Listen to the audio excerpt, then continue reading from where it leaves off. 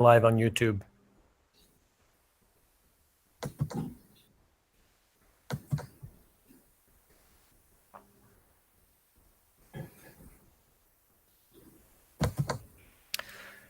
And Rebecca, if you can just let me know when most people are on, we'll get started. You have 22, 23 on now, and you're being recorded on Google right now. Okay, and we are live on Holden Cable Television as well? Yes, I'm going to just send Evan a quick text. Thank you.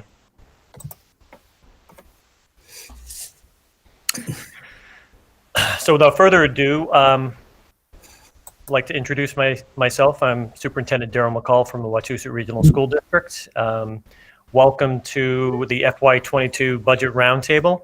This is a virtual version of what we have been doing for the past several years with our 5 member towns, as well as our state representatives who have been warmly welcomed as they've kind of joined us to discuss, kind of the current budget status at the state level, in terms of where the state is. And in these trying times, I think it's going to be even more important to kind of hear how things are working at the state level, because again, we're all feeling that pinch across the board. So in order to kind of do introductions this evening, this is a little more challenging than I would typically have to do, because I can't go through and just kind of line everyone up.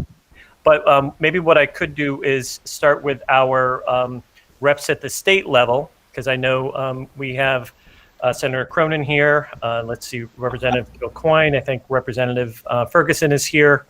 Am I missing anyone else right now in terms of people at the state level? I know Senator Goby's trying to dial in, I believe, right now. Okay. She'll be able to jump in.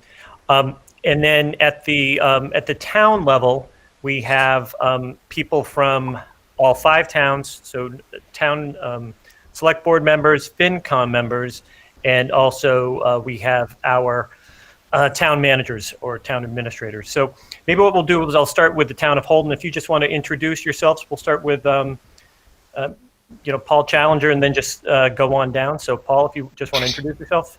Hi, I'm Paul Challenger on the Finance Committee. Have been for 20 some odd years, and looking for another year for the school district. Great, thanks, Paul. Bob, your mic's off. Bob, you're on mute. Hey, Bob, you're on mute.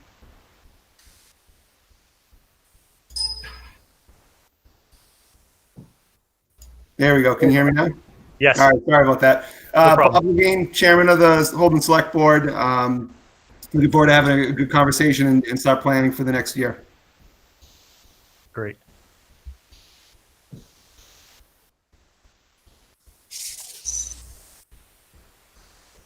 Peter, you're on mute.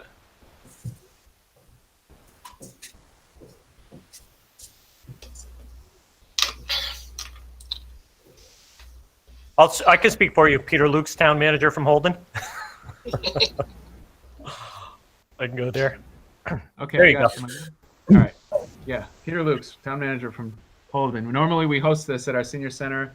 We're sorry we can't do that this year. Everybody's going to miss the brownies and our special coffee, but hopefully we can get it done here too. Thanks. And again, just want to thank the town of Holden and Peter for organizing that for the past several years. And it is very nice being able to do that at the Holden Senior Center, and we do miss it. We were talking about it today in the office. So we'll move down to the town of Paxton. We'll start off with Rich Fenton. Rich Fenton, Chair of the Finance Committee in Paxton. Hi, Rich. And I am Pete Bogren, Chairman of the Board of Selectmen. Hey, Pete. And Carol. And I don't see Carol on the screen. I'm not sure if she's here. So she might not be in yet. Okay. And Carol Riches is the town administrator in the town of Paxton. We'll move down to town of Princeton. We'll start with Wayne. Good evening. My name is Wayne Adams. I'm the chair of the advisory committee. Hi, Wayne. hiding behind my avatar. That's fine. I wish I could. Let's see. Is Richie on? Not sure if Richie Bisk is on. Richie Bisk is Vice Chair of the Select Board. And then, let's see, last one would be Sherry. Sherry Patch, Town Manager.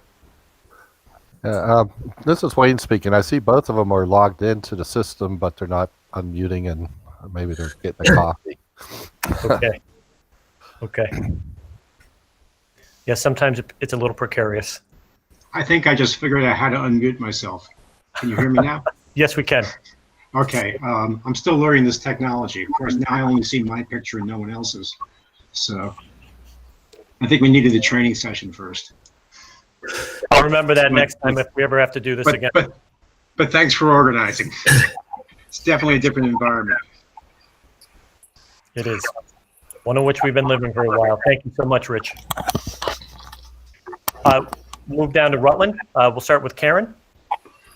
Karen Narwhal, Vice Chair of Finance Committee. Hey, Karen. Mitch Rossetti, Chair of the Select Board. Hey, Mitch. Yeah. And Ron San Angelo, Rutland Town Administrator. Been here a couple of months. I want to just say hello to everybody and say hello to my friend Dan Didi, who used to work with me in Southbridge. Thank you, Ron. Welcome, Ron. Good to see you again. Good to see you. Move on down to Town of Sterling. Start with Todd. Hi, Todd Chapman, Vice Chair of the Finance Committee. Hi, Todd. Welcome. And then I think we have John. And I did see John a little earlier.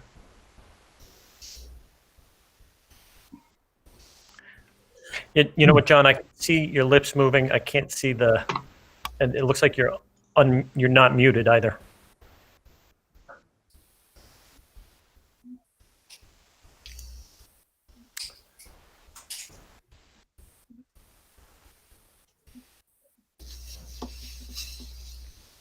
So this will be the longest budget roundtable in the history of the 5 towns. I'm just letting you know. If people use Control D or Command D, you can unmute the microphone from your keyboard and don't have to worry about clicking on it. Thank you, Bob. John, is it working now? Yeah, no, we still can't hear you. And then we'll move down to, is Kelly here? Hebert? We don't have, not sure if she's here as well. And so John's on the select board, and Kelly is our new town administrator in Sterling. So when she comes on board, if she's on board, welcome, Kelly. We're glad to have you on board. We also have our school committee chair, Megan Weeks. I believe Megan's on board, right? Hi, everybody. I'm Megan. In reference to, we started off with legislators. I know some people had jumped on board, but I believe we have Senator Chandler here. Yes. Yes. I can find out how to get off. Yes, we hear you. Welcome. Thank you very much. It's always a pleasure to come to this meeting. It's great to have you here. Is Zoe coming as well, Harriet? Yes, she's on as well. Okay, thank you. Thank you. Yes, I'm here. Okay, great, Zoe. Thank you. Senator Goby is here. Hi, Senator. I am here. Thanks, Daryl. Let's see, Senator Cronin, welcome. We can't. Yeah, we're not hearing you.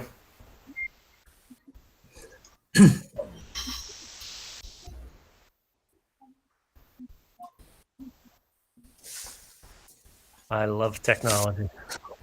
I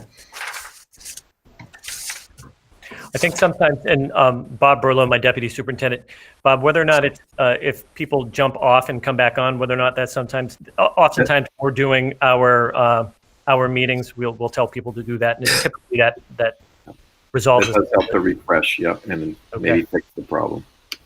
Thank you. Let's see. Representative Ferguson is here. Hi, everyone. It's great to be back for another meeting. Good to see you all. Kim, thank you. And then Representative Kilcoyne, welcome. Hi, Daryl. Thank you so much. Happy to be here and excited to work with you all. Great. So we also have district administration. Again, Daryl McCall, superintendent, and I have my deputy superintendent, Bob Berlow, who has already been helping out. And then I also have my director of business and finance, Director Dan Deedy, who is also on board as well. So welcome, everyone. We also have school committee members who are sitting in on this from the Wachusett Regional School District School Committee as well. So welcome to all of you.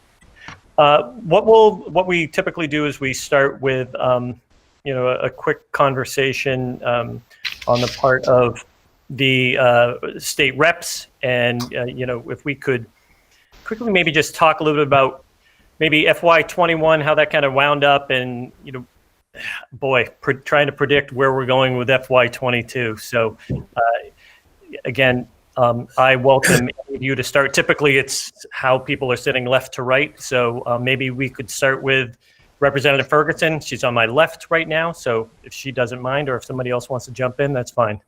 Nope, that's fine. Again, nice to see everyone. So we actually just finished the budget process and overrides at 4:30 yesterday morning. And then many of us had to be back in for caucus and things at 10 or 11 yesterday morning, and then the swearing in. So needless to say, I think we're still recovering from that and a little bit exhausted. But fortunately, none of the overrides that we were working on in the last few weeks had anything to do with our education funding. And I think the commitment, was already made there to get us through 21. And my colleagues can certainly jump in on that. But as we know, we appreciate your cooperation and bearing with us through an unprecedented and really challenging time this year. And, who knew a year ago that we were going to be entering into this? So we did our best to try to get you the information we could, to try to be supportive and get funding out to you all, to help with some COVID funding and some other relief that way, to look at transportation monies and anything that we could get into your hands, and to give you the flexibility so you could do what you needed to do with it, and kind of move some money around if you needed to do that on that end. Right now, we're starting FY22, believe it or not. It's like we just wrap up one and we're going to head right into the next one. I'm sure my Senate counterparts will jump in on this, but we are absolutely wondering what's going to happen with federal funding as well. We're waiting for the governor's budget. We're going to start our budget process. So again, we're going to start down this road together and go from there. And I don't have a crystal ball. None of us do tonight, but we hear you and we appreciate the open communication always. So it's a process, as you know. So anyone, please jump in. If I can speak next, I can see you. I don't know whether you can see me. Because yes, we can. All right. We have, as Representative Ferguson has said, this has been a difficult year, and yet we expect next year to be more difficult, this coming year to be more difficult. We were able to cover some of the bigger holes using our rainy day fund. We're not going to have that much of the rainy day fund left, so we're not sure. The big issue, the big question mark for us is what's going to happen at the federal level, because as Representative Ferguson has already said, that's the question mark for us. That's where we can make up a lot of the difference here. So we're hoping that we are able to get money at the federal level, and I think, as you will see, we're going to listen to you very carefully. We're going to try to do as much as we possibly can, give you as much as we can, because we know that you put the money to very good use. So thank you. Thank you for having me. Thank you. Thank you, Daryl. I'll jump in real quick before our brand new colleagues. Going into this next legislative session, Kim and I are going to be the co-chairs again of the Regional Schools Caucus, something that Senator Chandler has been a big proponent of. And we're going to drag Meg and John in as members. They don't know it yet, but they're in. Because we're like the mafia, man. Once you get in, we'll never let you back out. So we're going to get them into the caucus as well. We've also already reached out to Maureen Marshall at Mars to see if there's any legislation that the regional schools are looking to file, because we actually got an extension. We're not having to file now until the end of February. But Maureen is taking a look, and if there's anything that the regional schools need, she is going to get back to Kim and I and the Senate and Senator Chandler, and then we'll have an opportunity to file any legislation that's necessary. As the Senator Chandler already mentioned, on the Fed side, if things go like we would like them to go with, there should be a substantial amount of money coming into the states, from the CARES funding. It would be about 4 times that amount if it works out. And a good amount of that, obviously, the governor would get his little pocket that he gets to do things with, but obviously to help out during these times. We just passed a economic development bond bill that had extra money in there as well for some of the dial-up and the broadband. And I don't live in the city of Worcester, but I know poor Senator Chandler the other day, the city of Worcester was down, and you see that, and you see what happens when you don't have reliable broadband. But of course, not that they're in this district, but in other towns that I represent, they're still using dial-up, so it's a problem. So there is a chunk of money for that as well, and we'll just continue to work with you kind of going forward. So I'll shoot it over to my new colleagues, and again, welcome John and Meg. Happy to have you as part of both the Regional Schools Caucus and part of the Central Mass Caucus. Thank you, Senator. Thanks, Oh, you go ahead, John. You go ahead, I'm Senator. online. Okay. All right. Thank you. I appreciate it.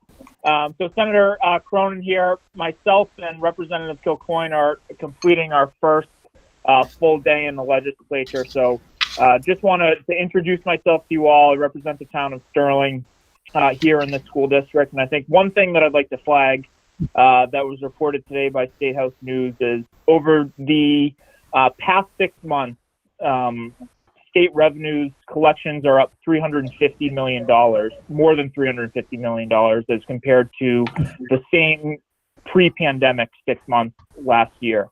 So I think that bodes well for Chapter 70 funding, and I think it speaks to how resilient the economy in the Commonwealth has been.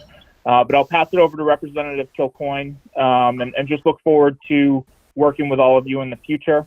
The best way to contact myself in my office right now, as we get all our phones set up, is by email. My email is john.cronin@masssenate.gov. But look forward to being your partner in the future. Thank you. Thanks, Senator. Like many of my colleagues said, really happy to be here. And, I don't want to add too much to it. Like Senator Cronin said, this is day 2 on the job for me. But, I am a proud graduate, actually, of Wachusett Regional School Districts. I represent the town of Sterling along with Representative Ferguson. So, I'm very excited to be a part of this meeting and start this conversation. Like Representative Ferguson echoed, we're going to make every effort to try to make sure that we stay on time with the budget. I know how much, local towns rely on information from us when you guys are planning the budget. We have every intention of hopefully not having similar delays like we did last year to the pandemic, but we just don't know yet what that's going to look like. Bill filing, I know for the legislature actually has been pushed back 3 weeks. So we don't know how that might impact the budget, but just, stay in touch with us, stay in touch, and we'll do the same as we can to you. And I really look forward to just, working with all of you and Senator Goby. I am very excited to join the Regional Transportation Caucus. For those that don't know, I was legislative director to my predecessor for 10 years. So a lot of these issues are familiar to me. And, I think it's really important that we as a delegation continue to be a strong voice for regional schools, and something I absolutely am looking forward to doing. So thanks for having me, and excited to be here, and like I said, hit the ground running. So thank you all, and if you have any questions, like Senator Cronin said, we're still setting up a lot of our communication, but just shoot me an email, megan.kilcoyne@mahouse.gov, and hopefully we'll have more contact information coming forward. So yeah, I think that wraps it up. Excellent. Thank you all. Welcome, Senator Cronin and Representative Kilcoyne. Great to have you here. Great to have you representing town of Sterling and ultimately the Wachusett Regional School District. And Representative Kilcoyne, it's great to have an alum, representing us at the State House as well. So thank you so much. We greatly appreciate your time here this evening. What I'd like to do next, and this is a typical model in the way in which we do this, I'll do a brief presentation associated with kind of where the district is right now and kind of what we're looking at, doing moving forward in reference to kind of the administrator's kind of model in terms of what we're going to be kind of pushing forward for FY22. And then what we'll do is we'll go town by town, starting with Holden and ending with Sterling alphabetical, and just have each town talk through maybe where they're at with 21 and really their projections around, not projections, but just conversations around 22. Because again, as we just heard from our representatives and senators, this is going to be a challenging year in terms of really putting out some projections early on. So we'll do our best to just kind of talk through that a little bit this evening. So I'm just going to quickly switch out I'll do a present.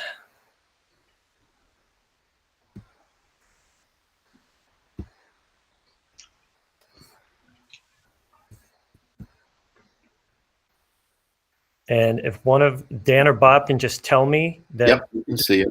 Excellent. Hey, look, and I'm actually at the very end of it. So let's go back. Thank you there.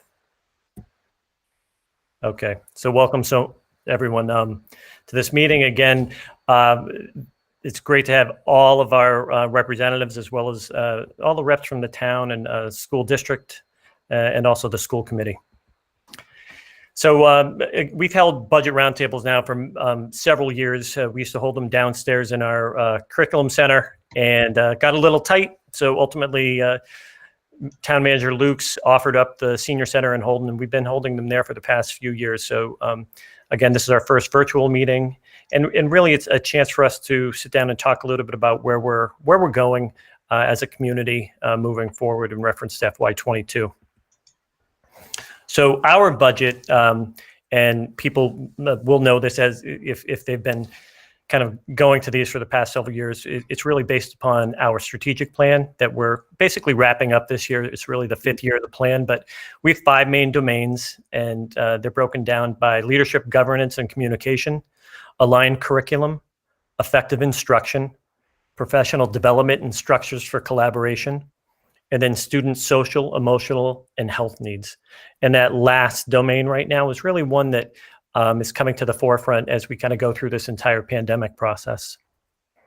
For FY21, we had a lot of budget successes, and I just want to thank the towns for passing the budgets. It was surreal to go to to town meetings like you're going to a drive-in theater, as we did in Sterling and Rutland. And I'd have to say that it's basically a once-in-a-lifetime experience, but it was fantastic. I couldn't believe the turnout in all of the communities. So kudos to the town managers, select boards, FinCom members for getting the word out and getting people coming out to vote this past summer, basically.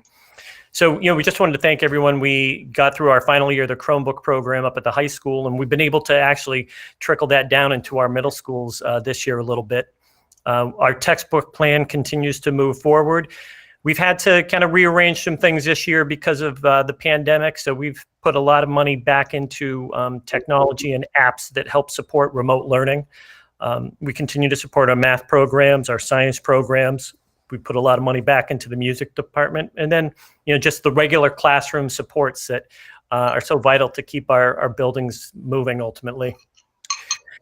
For FY22, there are definitely going to be some budget challenges.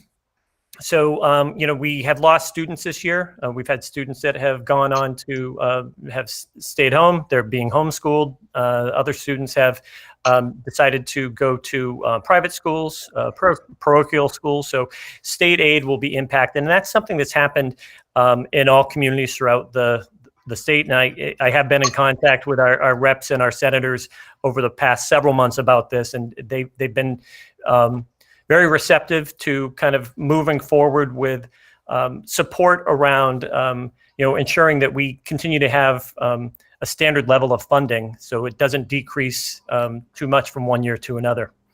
The other item, federal aid in the form of one-time grants to support COVID-related expenditures. These will eventually dry up. Yes, we'll continue probably to see a few more. And we had a conversation today with the Commissioner of Education, talking about the hopes of having one that will happen again, maybe as soon as February, perhaps, if they can get it through the Senate and the House and President Biden signs off on it. But again, the thought is that many of those funds will just go directly to support communities instead of schools, K-12. So again, we're concerned about that. Student transportation, home to school. Again, as we've kind of gone through a process, as all school districts have, in terms of being remote, hybrid transportation is very different this year than it has ever been. So how that will play out, and in terms of ultimately our reimbursement from the state, as a regional school district, we get regional transportation reimbursement, and that will play a role in FY22. This is something that all districts are going through, really finding qualified permanent and temporary staff to help deal with our classrooms and buildings as we have staff out, due out to COVID. And that's something we're going to be, continue to look at moving forward, because really the hope and the plan is to get our students into schools and to have our staff in buildings as well. Supporting students' social emotional needs, very, very important. Something that we continue to work with remotely.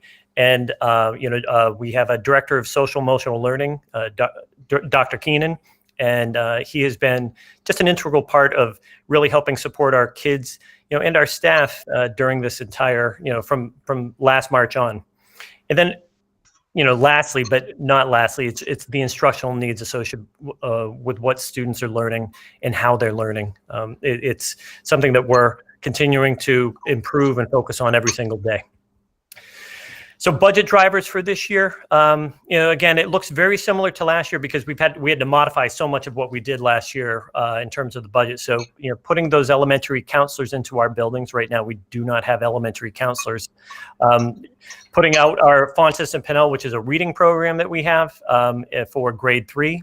We'll continue with our Chromebook initiative, and the hope is to continue to move it down well into the middle schools and down into the elementary schools. Continue to look at how much we're going to be spending on PPE. PPE is very expensive, I know, as a district. And Dan or Bob, I think the last figure that we used, we've spent well over $600,000, and correct me if I'm wrong, on PPE thus far.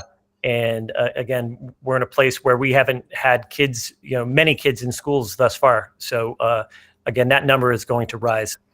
We're also really interested in ensuring that we have adequate class size to allow teachers to work, with students in a way that allows them to meet their individual needs. Resurface a track at our high school. Our high school is, over 15 years old right now, and the track. This is something we've talked about for a couple of years now. It has reached its lifespan. We want to continue to update our facilities. We have spent an awful lot of time, energy, and funds this year in particular, working on our HVAC systems throughout all of our schools. That's been super important, especially associated with fresh air flow and CO2. And then finally, employee benefits.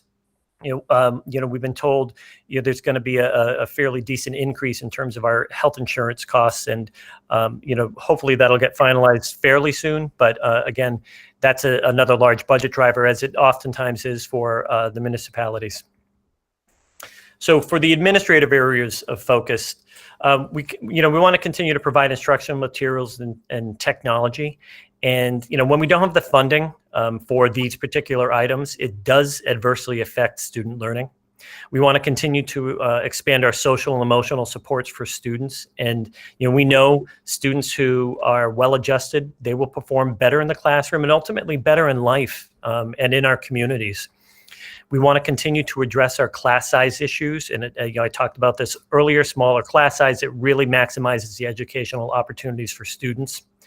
And then continue to replace our athletic surfaces at our high school. Again, we had the opportunity to replace our turf field 2 years ago. We are looking at our track this year. We're going to have to do our tennis courts soon thereafter. So it's time, and we want to provide as many opportunities for our students in school as well as outside of school. Dr. Hawk, can you stop a moment, Senator Chandler? The class size, could you give us a little bit more information, or are you going to be doing that anyway? I just would like to know what the average class size is and where the real problems are that you see in class size.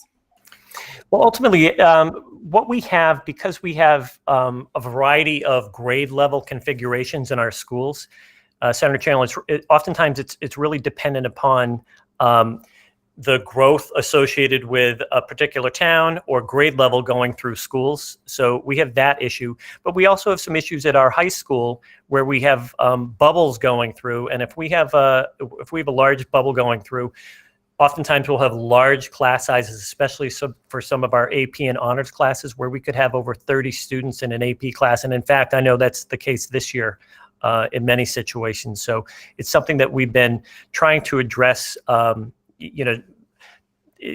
as consistently as possible. It was definitely much more challenging this year with the budget constraints that were kind of put forth in terms of having to move funds around to help support the COVID issues that we're dealing with.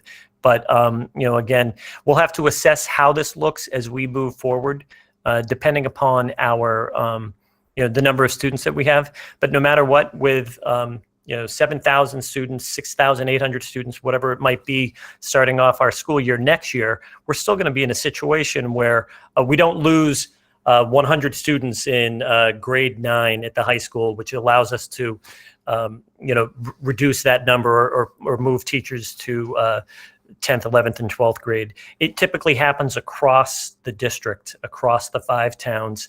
You might lose 5 students from one school, 10 students from another school, and they're not all from the same grade. So it's very challenging then to reduce staff in order to plug away at other numbers. Thank you. You're welcome. And then this is just budget timeline milestones in reference to where we typically are with the budget. And again, I don't know how this ultimately will play out as we move forward this year. The hope is to have everything settled by our town meetings in May and have something settled in June. But as we all know, the state just finished its budget for 21. So we'll have to see how the whole thing plays out ultimately this year. But this is just kind of a brief overview of where we're at right now. And again, this is the open forum, and we'll move on from there. So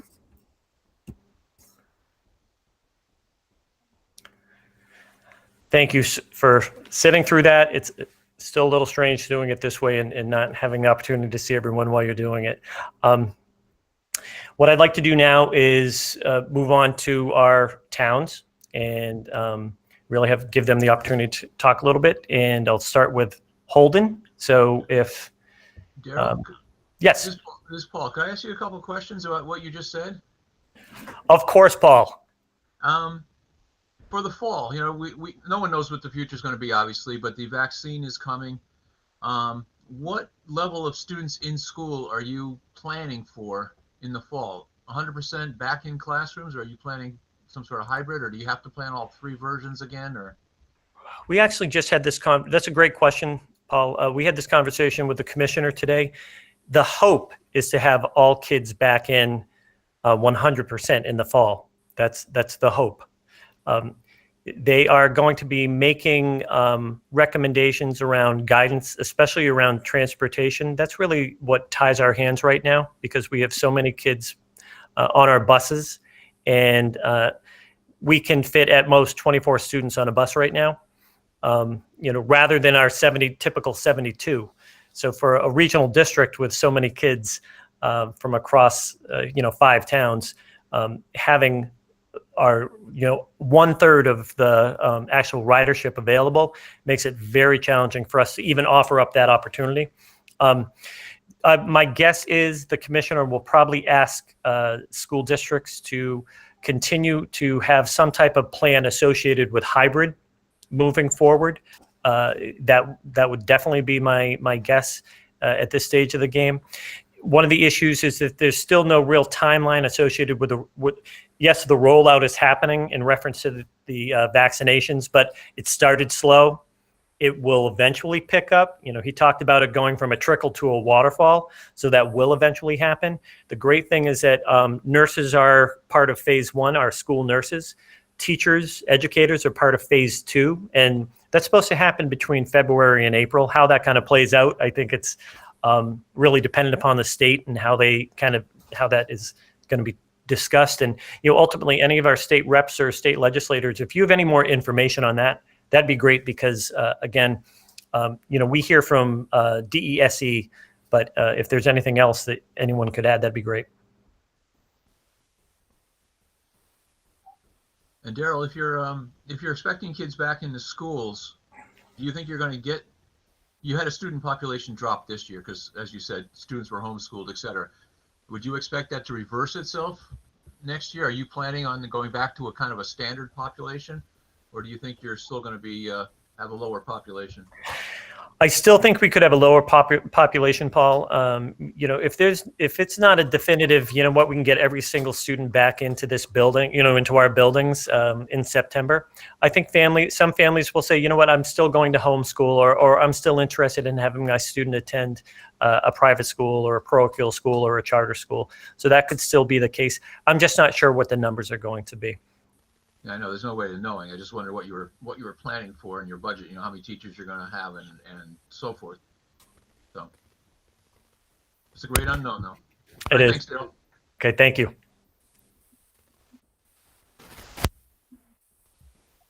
So with that being said, if I'll move over to Holden, and we have let's see, I've got Paul Challenger, I've got Bob Levine. I don't. Whoever would like to start. Paul, did you get your did you have more, or was that? No. Peter, I think you're probably in the best position, at least as far as I'm concerned.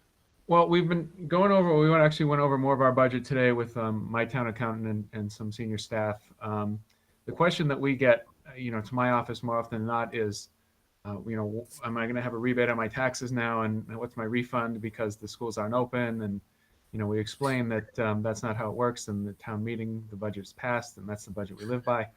You can imagine the warm response we get from that technical explanation. But we are coming in. I've advised all my department heads to bring a level-funded budget, operating-wise, and they have so far. We've got everything submitted from all of our departments. It's either at last year's numbers or lower. So we're happy to see it. We do have our usual capital requests, and I anticipate cutting a great deal of it. We're waiting till the end of January to see what the state is going to potentially provide. We're like yourself, Daryl, we're just getting our insurance numbers and the typical budget busters of what we're going to have to be paying retirement increases and insurance increases. So, we're factoring that in, but I anticipate a lot of cutting for capital.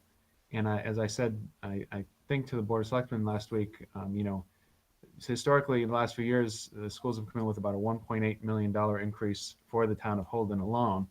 And we really can't absorb much more than $1 million increase this year without either hitting stabilization or potentially looking at a 2.5 override, because we're going to be hitting our debt ceiling, our levy ceiling pretty soon. If it comes in higher than that. So I just, we were talking about a hiring freeze. We're talking about a salary freeze in Holden, necessarily if we're really up against the wall. And so I would hope that the school district understands that this is really not the year to continue pushing the master plan or the wish list that we've had in the past. I think this is a year we all hit pause. We've got to do it in our municipalities and our budgets, and I'm just hoping that we see the same thing from the school district. And I know you've shown a lot of empathy for the towns in our budgeting and our revenues in the past. So I'm always happy with that, and you've been very thoughtful to us, and I hope you just continue that, considering that this year is really not the year to really be able to push a lot of our plans that we've had in place. The same with us. I mean, we're not able to do it. We've had a lot of plans capital-wise in town that we're just going to have to put on hold this next year because there's really no other choice. And I think that's what we're hoping to see from you guys as well for FY22. That we're all kind of on hold.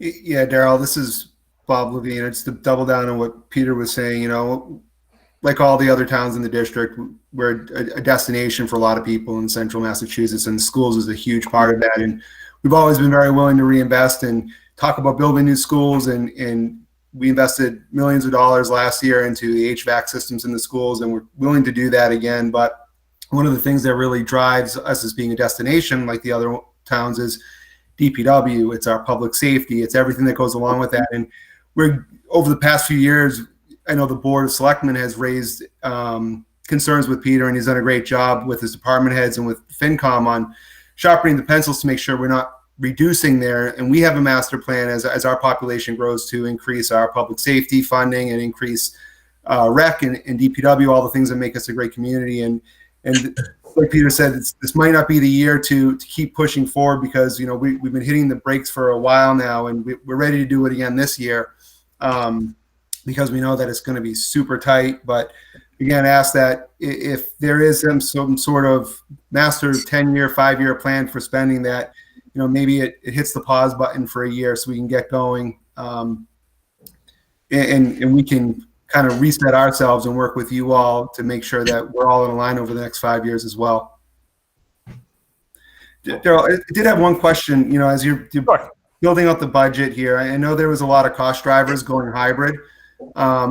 You know, going forward into the next year, is there going to be any opportunity for savings there if you do have to go hybrid, based off of, you know, the fact that you kind of have the processes down, hopefully the infrastructure is up and running a little bit more than it was this year? Yeah, that's a great question, Bob. Yeah, there will definitely be savings. We've invested a great deal in technology this past year. We also invested a great deal in our HVAC systems throughout our buildings, throughout, you know, all the towns. So that in and of itself, I think, will kind of, you know, that's peaked. You know, we will continue to help support those different items, but, you know, we had to ensure that we could, you know, maintain safe buildings, and we had to ensure that we could offer up technology for all of our students in a remote setting, and ultimately, hopefully, you know, a hybrid setting fairly soon. So that'll definitely play a role in terms of not necessarily having to have those costs happen again. You know, you have those once. You know, the one thing that we do have to pay attention to, and this is something that my deputy often reminds me, is like, you know, so does my director of technology, Barry Sklar. You buy a laptop, it only has a certain lifespan. So, you know, it's great. It's, you know, oftentimes we run into this when we build new schools. You build a new school, you get 800 laptops. It's fantastic, but what happens is they typically all go around the same time. So you end up having to replace 700 or 800 laptops. So we've been in a much better place than we've ever been in terms of technology since I've been superintendent. So I feel as though that's going to help us, especially if we have to be in hybrid in the fall. Thanks, appreciate it. Yeah. So thank you, Holden. Paul, were there any other questions? No, not for me. Holden's been, Peter has highlighted for us the last couple of years that we're heading toward a cliff. There's only so much we're going to be able to afford, and I think this year has been an acceleration. You know, we hit the gas pedal going toward that cliff, and as Peter says, you know, at some point we're going to have to pull off and change course, and you know, so. The less demands made on us by the school district, you know, the longer we can last without some sort of disaster. Okay. Great. Well, thank you. I appreciate that. And, again, we always appreciate the honest discourse that we're able to have, as we kind of go through this process. It's exactly why we do this. And it's much more cordial than it was, let's just say 7 or 8 years ago when we had not necessarily fisticuffs, but, it wasn't always as friendly as this. Paxton, we'll go over to you. I don't know if Rich wants to start. Rich, you're on mute.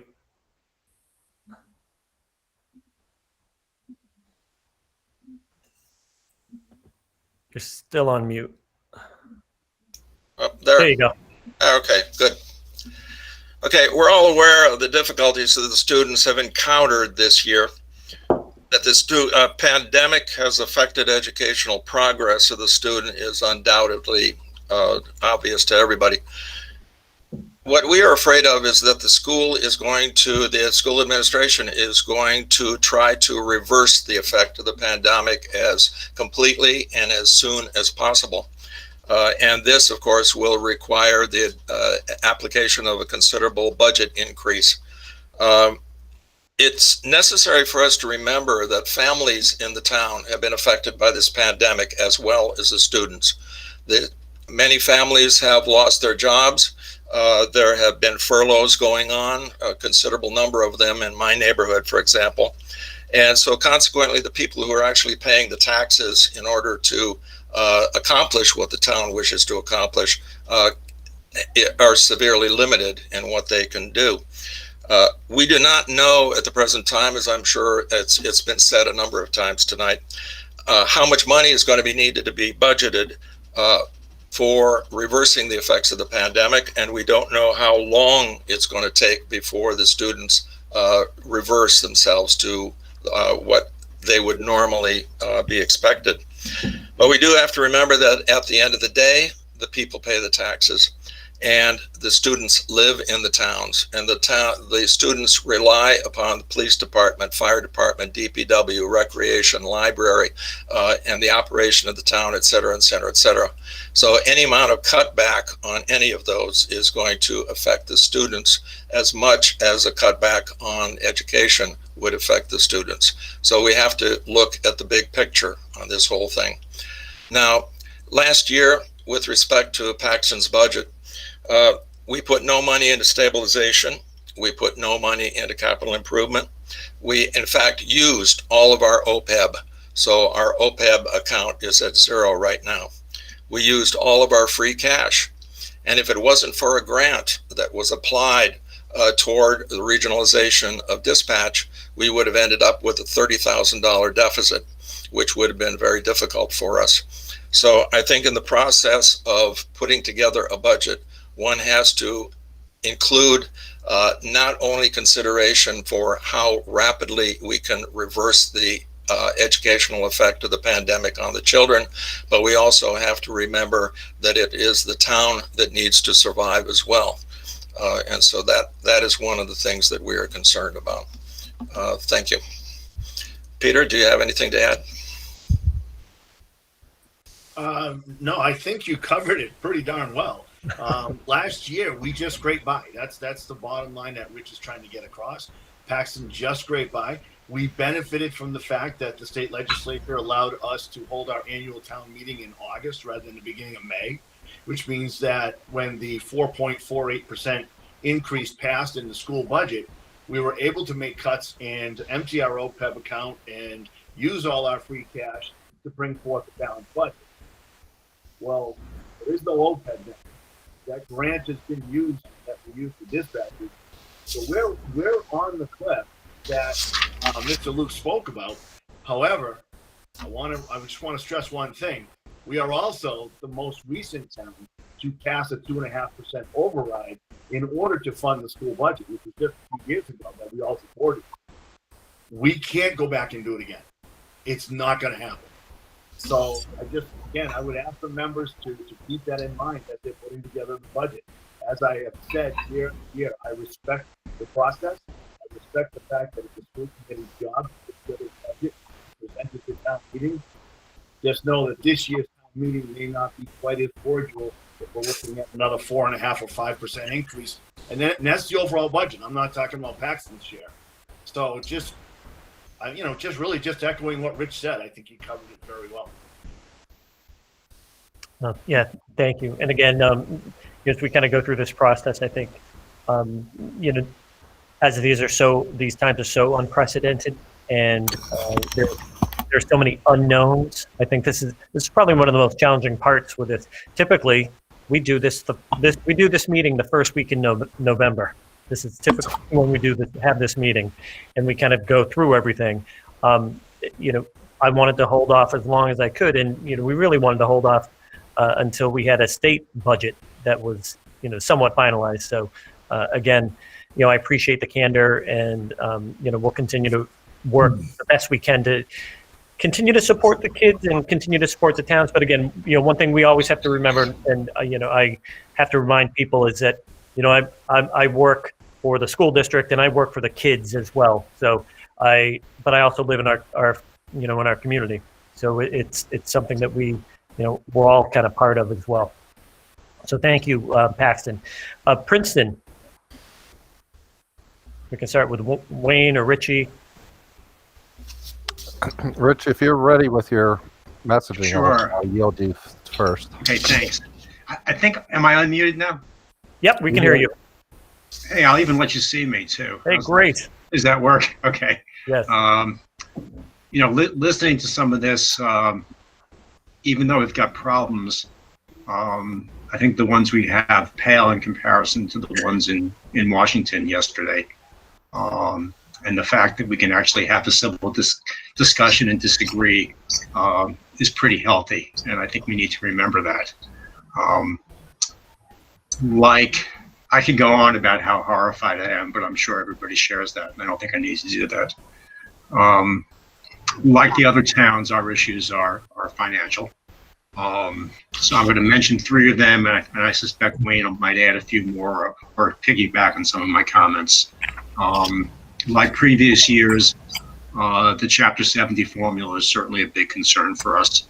In looking at the current contributions by town, I noticed that both Princeton and Sterling pay roughly $2,200 more per student than the district-wide average. Paxton comes in third at $748 more. And so, particularly since there are several state reps who represent Sterling as well as Princeton, we need your help on that. And if there's any update on attempts to reform that formula, we'd certainly be interested in hearing that.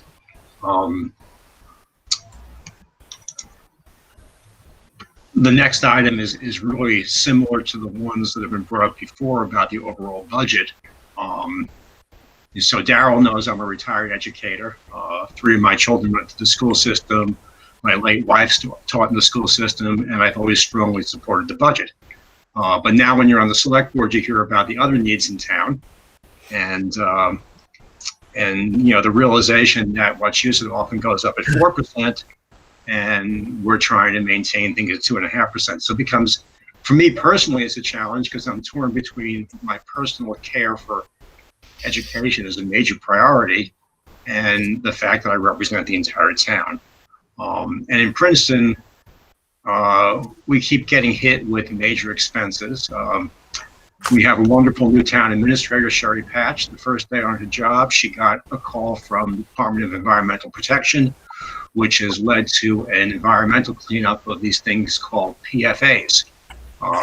Hopefully we'll soon have an environmental protection agency that works again in DC. But right now in Princeton, we had a special town meeting back in February, and we essentially appropriated up to $1 million. Now I realize all the other towns are larger than us, but so to put that in perspective, $1 million is 10% of our annual budget. We also have had for years a major need for a new public safety building. And every time we bring it up, the taxpayers balk at it because of the cost. So that's a major concern for us. It's just, what the school budget level is, and whether our citizens can afford it. Certainly some can, but many can't. And the other one, which popped up this year, is out-of-district placements. So if your town has gotten hit with this, if a student decides they want to go to a vocational program somewhere else in the state that's not offered locally, you as a town are on the hook for the cost. And these costs can go up to $60,000 per year for a single student. So if the district is, has more than one student going to the same school, you might be able to help us out by working with us on having one car driving the two students rather than the cost of two cars driving those two students, because that's a major expense that we have no control over. So I'll turn it over to Wayne. He might have I'm sure he has some things to add. Thank you. Yeah, some of this might be a little Q&A here instead of it being a monologue. So get your coffee ready. Kim Ferguson, you had set up a state survey around the Chapter 70 regional program. I was wondering, based on all the feedback, did all 5 towns participate? And then what's the next steps that are going to take place out of that? Or was that all paused because of COVID? Hi.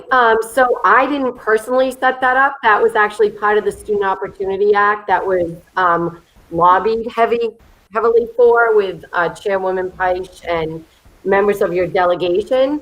And so Jesse and DOR did elicit feedback, and that was a very public forum that people could, submit their feedback to, and they compiled all of that and then produced some guidelines, or not even guidelines, like a summary of that I believe they're still working on with Jesse and DOR, but I have no idea with the hundreds at least of people that submitted feedback. I don't know if each town chose to submit their own feedback because there was a portal that was submitted to. So I guess we would have to ask each town if they submitted, but I do know, I personally submitted feedback and I knew members of the delegation did, and I know Princeton did.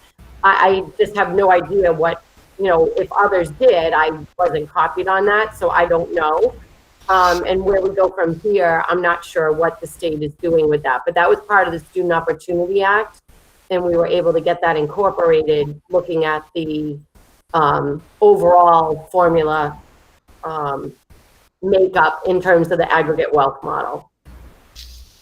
Okay. Well, I mean, we're appreciative we had the opportunity to resurface a lot of our past information sessions that we've had that did help foster for our town down there. And as Richie said, this is not resolved in any way, and we're always up against the ceiling of the maximum contribution, which affects the pressure on the rest of the town budget.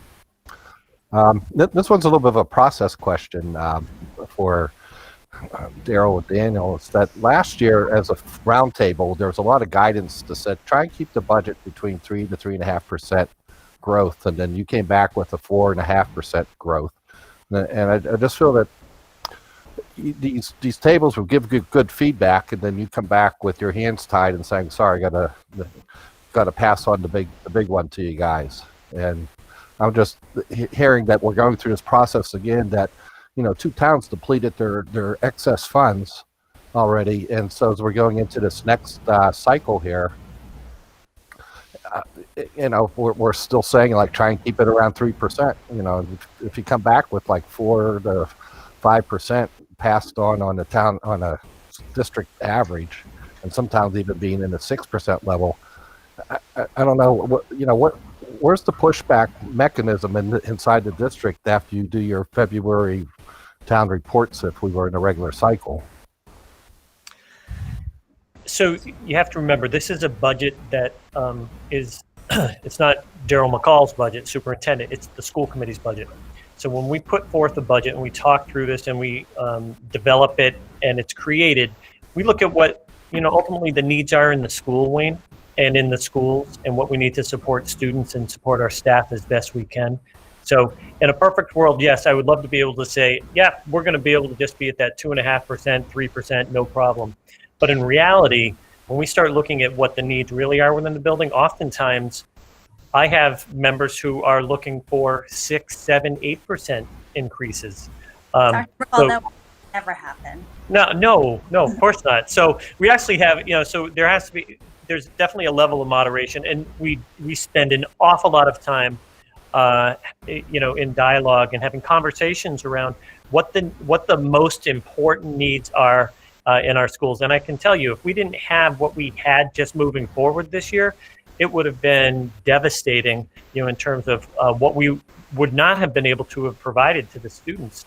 Because again, so much of what we've been trying to do is just support, this remote learning process, support technology, support PPE, support our buildings.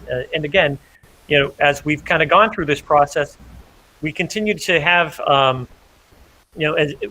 put forth as much money as we can into our operations and maintenance associated with our buildings. But oftentimes, I'd much rather say, hey, you know what, let's get some good technology into our kids' hands, or let's get some training for our teachers on this, that, or the other thing to really help support the learning. And it's kind of the buildings kind of go to the wayside a little bit. So we've been really working on that as well. Yeah, in a perfect world, Wayne, we'd say, yep, we can meet that 2.5%, no problem. But I think it comes down to, kind of the conversations, and, Chair Weeks, you can jump in on this as well if you like. And excuse me, I kind of stayed just kind of listening through this. So I just wanted to let everybody know that your concerns are our concerns too. I first wanted to thank all the towns for their support for our budget this year. Without you, as Dr. McCall has said, we would not be able to function this year based on the limitations from the federal government and the state government, to no fault of their own, of course. But with the pandemic, it has really kind of tightened funds on different levels. So in that sense, right, we were so enthusiastic last winter when we were able to kind of add positions to the district that were desperately needed. I'm also a Princeton resident, and I was super excited that we were going to add some teachers and some guidance counselors to our school at TPS, as well as kind of really strengthen some programs at the high school that have been lacking for a very long time. And what we really had to do was to put a pause on that growth in order just to survive. So as a high school principal myself, what we're really looking forward to in the next school year is to redefine what education is, right? So we're going to look at what we did well in remote, and what used to work well in the before times, and kind of merge them together so we can offer supports for our students who have social emotional needs, who may have anxiety into coming into school, to still offer them some experiences that are robust, and to support them. But we do also need to face the dire need that there's going to be a lack of learning in some senses. There'll be some students that weren't able to access remote learning as well as they were able to access learning in the classroom. So we're going to need additional funds for support, for tutoring, for aids, for all those sorts of things. And if we look at our towns in a very holistic, long-term point of view, if we want our towns to be strong when all of our students graduate high school and go on to college or career, we're going to need to support them now. Otherwise, this need will perpetuate for a decade to come. So I thank you for your support, and I promise you we'll be as fiscally responsible as humanly possible. But I do want to reiterate that there are needs, dire needs, truly, moving forward into next fiscal year. Yeah, Tom doesn't disagree that there isn't needs out there. These are just questions to try and give some more clarity so that our town can plan for the other half of our budget. There's been some discussion in the news about maybe the Department of Secondary Education should be using fiscal year 20 headcount numbers instead of 21 numbers, so that school districts don't get like a year behind the curve where if we had, there's that question that says, well, if we have the surge back of some of the kids that opted out for homeschooling or private school, then want to return. And I was just wondering how, if we do have that surge back, and if we're using fiscal year 21 headcount, it seems that the district's going to be doubly challenged to offer a compatible education, because then now, especially if you have to get into more classrooms, more transportation, etc. I was just wondering if there was any real movement across the state, because every district is in the same boat of reduced headcount. I don't mind taking that one. That's fine, and my colleagues can jump in. I think many people on this call right now know that there's been ongoing discussion about this issue. I think the school district, as well as members of our town, have done a really good job advocating and certainly making us even more aware of this issue if we weren't already aware of it. And I can remember a conversation with the superintendent and Chairwoman Weeks, months ago. It was right after, I think, when we came back to school and we were looking at the October 1 count. And I can assure you that our chairs of Ways and Means were aware of this. Our education chairs are aware of this. As I said, we finished the FY21 budget at 4:30 yesterday morning. And we're looking ahead to FY22. This is an issue that has absolutely been brought to the forefront and people are very well aware of. And I think that right now it's just trying to figure out, between the governor's budget due in January and then moving through the process with the House and Senate, how we're going to look at this and, again, figure out, in an unusual circumstance, how to address the situation. And I've had all kinds of scenarios thrown out to me and to our colleagues about, do we look at a one-time pothole account situation, if we want to call it that? Do we look at an adjustment or a tweak in the formula this year and allocate funding that way when we do the calculations in the formula, when we're doing the budget plan? So this is absolutely a concern of ours and something that we're aware of. And we realize that everybody's in a very difficult situation with that October 1 count. So I know that's not the answer that just says, here's the answer and it's all set and we've all got it taken care of, but it is absolutely on the forefront and will not be forgotten about. So, if anyone else wants to jump in, please do. I just wanted to be sure that I made that clear. No, absolutely. And just think about it. There's 200 legislators, and guess what? We all have schools in our district. So this isn't an issue that's going to be swept away and not kept on the front. We understand it. We've had these conversations with DESE already. The only thing that had come back to us was when we brought it up, as Kim mentioned, back in the fall, everything was, well, it's a little too premature to speak about it at that time, which we understood. But everyone understands it's an issue and it will be going forward. Okay, well, that's good to know everyone's focused on that. That's just looking for that double assurance, that's all. This last year you had to rejuggle your budget, and that was to make fiscal year 21 work. And I was wondering, what level of information could the district be providing back to the different town finance committees and advisory committees with an updated budget book for fiscal year 21, or doing year-to-date reports to say, here's, we've had to reshuffle transportation, increase PPE, and things like that, and we don't have a good insight into that. I've tried to watch through Rebecca's reports and the finance committee reports, and their minutes, and there's an information gap, and I was just wondering if there's recommendations that should finance committee be opened up for more observers, or is there other reporting that Dan can be doing for every town? Dan, I don't know if you want to respond to that, but and you can jump in. But Wayne, I think one of the things that we continue to deal with is our looking at our transportation vendor and figuring out the payment associated with that. That's been a major moving target for us since last March, and we're going back to FY 20, and now we're looking at 21, and then ultimately we're going to be going into 22 with this. And Dan has spent hours upon hours just on that one piece of it, but that's a large piece of a portion of the budget ultimately. Dan, you want to jump in a little bit? So Wayne, be happy to share with the FinComs the finance reports that I present to business and finance. We meet once a month, sometimes twice a month, but regularly once a month, and those are fairly detailed reports. And with my reports, I present executive summaries, and you know, I'd be happy to play catch up hockey, if you will, and send you copies of what I presented to finance since July.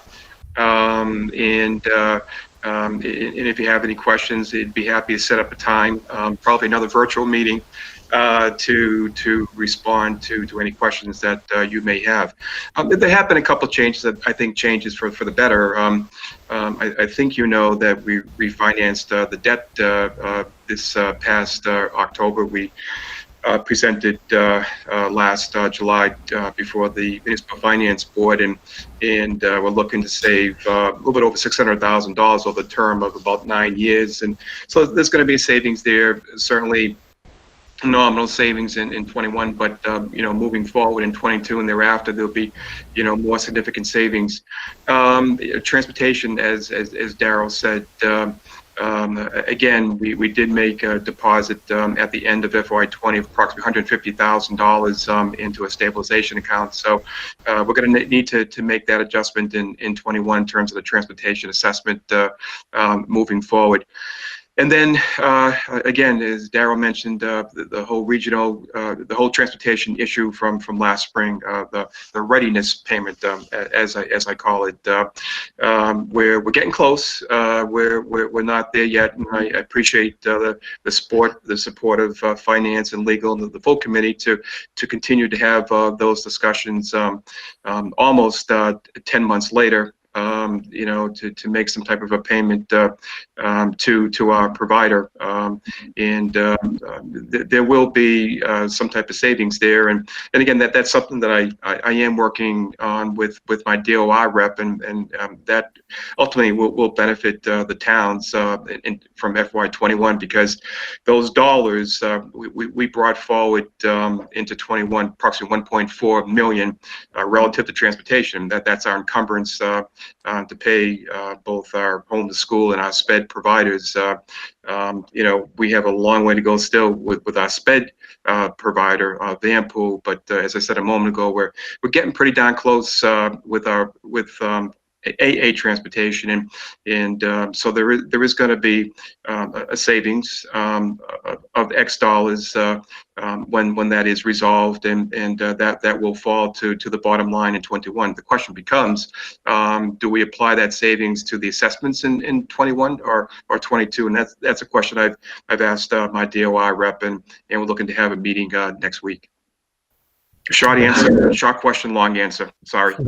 Oh, that's okay. I'll communicate a little bit more with you offline with some of the more detailed requests I've gotten from my committee peers on Sure thing. Tapping into it. I appreciate you with the answer.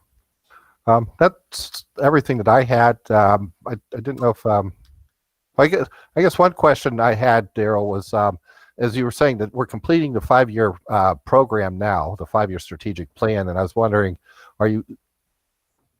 is this 5th year deemed a success, or is it going to be pushed out a year because we've had an unusual year, and then what the plan would be for the next 5-year plan? Yeah, that's a great question, Wayne. You know, it could be something that we kind of roll into another year if we, you know, deem it's something that's would benefit us kind of moving forward. You know, there's still, you know, there's always progress to be made with any type of plan that's laid out over 5 years. So one of the things I am doing is I'll be looking to see how we can, you know, update and modify these domains so that we could look at really creating another 5-year plan ultimately that ties back to maybe some of the things that we've done over the past few years and build upon that. Again, you know, looking at how we've increased our social emotional learning support, how we've increased our tech support, maybe some different items that we can do at our high school level around increasing our vocational tech support for those students that we're losing to our tech schools, because again, that's a big deal for us. So yeah, those are items that we're, you know, I'm mulling around right now, but yeah, in terms of moving forward, we'll have another plan that we'll be putting forth next year sometime. Okay. Okay. Thanks. I'm done, and I didn't know if Sherry Patch, our town administrator, had anything else to ask. I think Sherry is having trouble figuring out how to make the microphone work on her PC. I've been texting back and forth with her trying to because it took me a while to figure it out too. So Okay. when this is your first time with technology, it's easy to get lost. So I will ask her by text if there are any messages she'd like to forward on, and if there are, I'll pop in later with that. Great. Okay. Thank you. So Richie, pass thank the baton back to you, Daryl. Thank you very much. Thank you, Wayne. I appreciate all the questions. Those were excellent. And again, these are the things that we're looking to kind of go through and talk through, because it helps us as we formulate, our processes moving forward. Rutland. So start with Karen or Mitch or Ron. So I'll defer to the chairman at first if you'd like to start. I just have a couple questions, Ron, if you don't mind. All right, because I guess you can hear me then. All right, sounds good. Yes, yeah. All right, so Dr. McCall, how are you? Great. Obviously I'm glad to be here tonight working kind of in this field. Certainly something that I'm passionate about. I want to build off of kind of Wayne asked a question earlier. I know we've been talking about kind of the Chapter 70 funding or the state aid formula. But the amount of students you lost in terms of enrollment, that should impact your minimum local contribution. I'd expect the foundation budget is going to decrease by, with the number of students, probably around what, $2.5 million. Is that where we're at right now? We're looking at what, 400 and change for student enrollment that was lost? Yeah, so we could be in that. If we don't have those students come back, we could definitely be in that range. So realistically, how are you planning for that loss in the minimum local contribution, even if the state funds at, prior to COVID enrollment levels? So that's the $64,000 question, Mitch. Well, it's a $2.5 million question. It's actually, it's a lot more than that. So what we've been doing is we're looking at how we could carry over funds from one year to another, through some of our revolving accounts. So if we're able to save funds from this year to help us move into next year, it's probably one of the only ways, and it's something that Director Dede has been religious about in terms of his attempts to really support us going into FY22. We know how challenging FY22 is going to be, again, we are keeping our fingers crossed that we will have a at worst a level fund from 21 to 22. Even with the loss of students, because again, every single district in this state is going to take a major hit in some form or fashion. So I'm very hopeful that that's not necessarily the case, but I do know that we're looking at how we can conserve and save. Our oil price going forward, I think we're $1.46 or something for next year. It's about 80 cents less than a gallon than we've been paying the past couple of years. So it's $1.69, Daryl. Sorry, my computer died on me there. Sorry, apologize. Yeah, for that's that. fine. That's fine. So again, we're looking at ways in which we can really take funds, help us move into next year, so that we're able to offset anything that we're not able to get this year. So do you have? You just mentioned oil and certain things like that. Do you have a plan as to where those rollover funds would come from, those excess funds to cover that gap? Because, my only fear is that, we just see an increase in like an operations assessment or something like that. In reality, that minimum local contribution should go down because of that lack of enrollment. And I think that's going to probably alleviate some of the burdens with the towns, right? Yeah, so part of it, it's the hold harmless aspect of what we're thinking is probably going to happen. And again, I'm not going to I wouldn't bet my house on it, but I think there's a strong possibility that there will be hold harmless moving into FY22.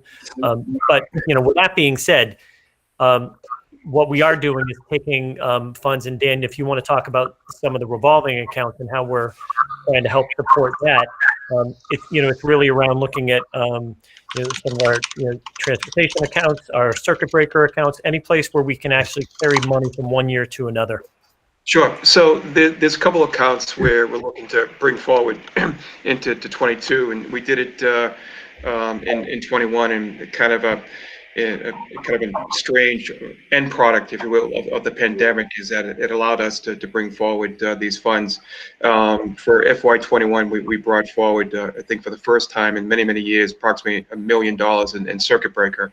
Circuit breaker, by definition, is a special education fund that we use to offset the cost of tuitions.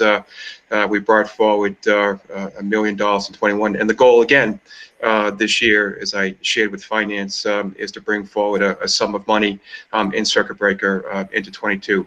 Number two, we brought forward for the first time in FY21 our school choice receipts from the previous year, approximately $370,000.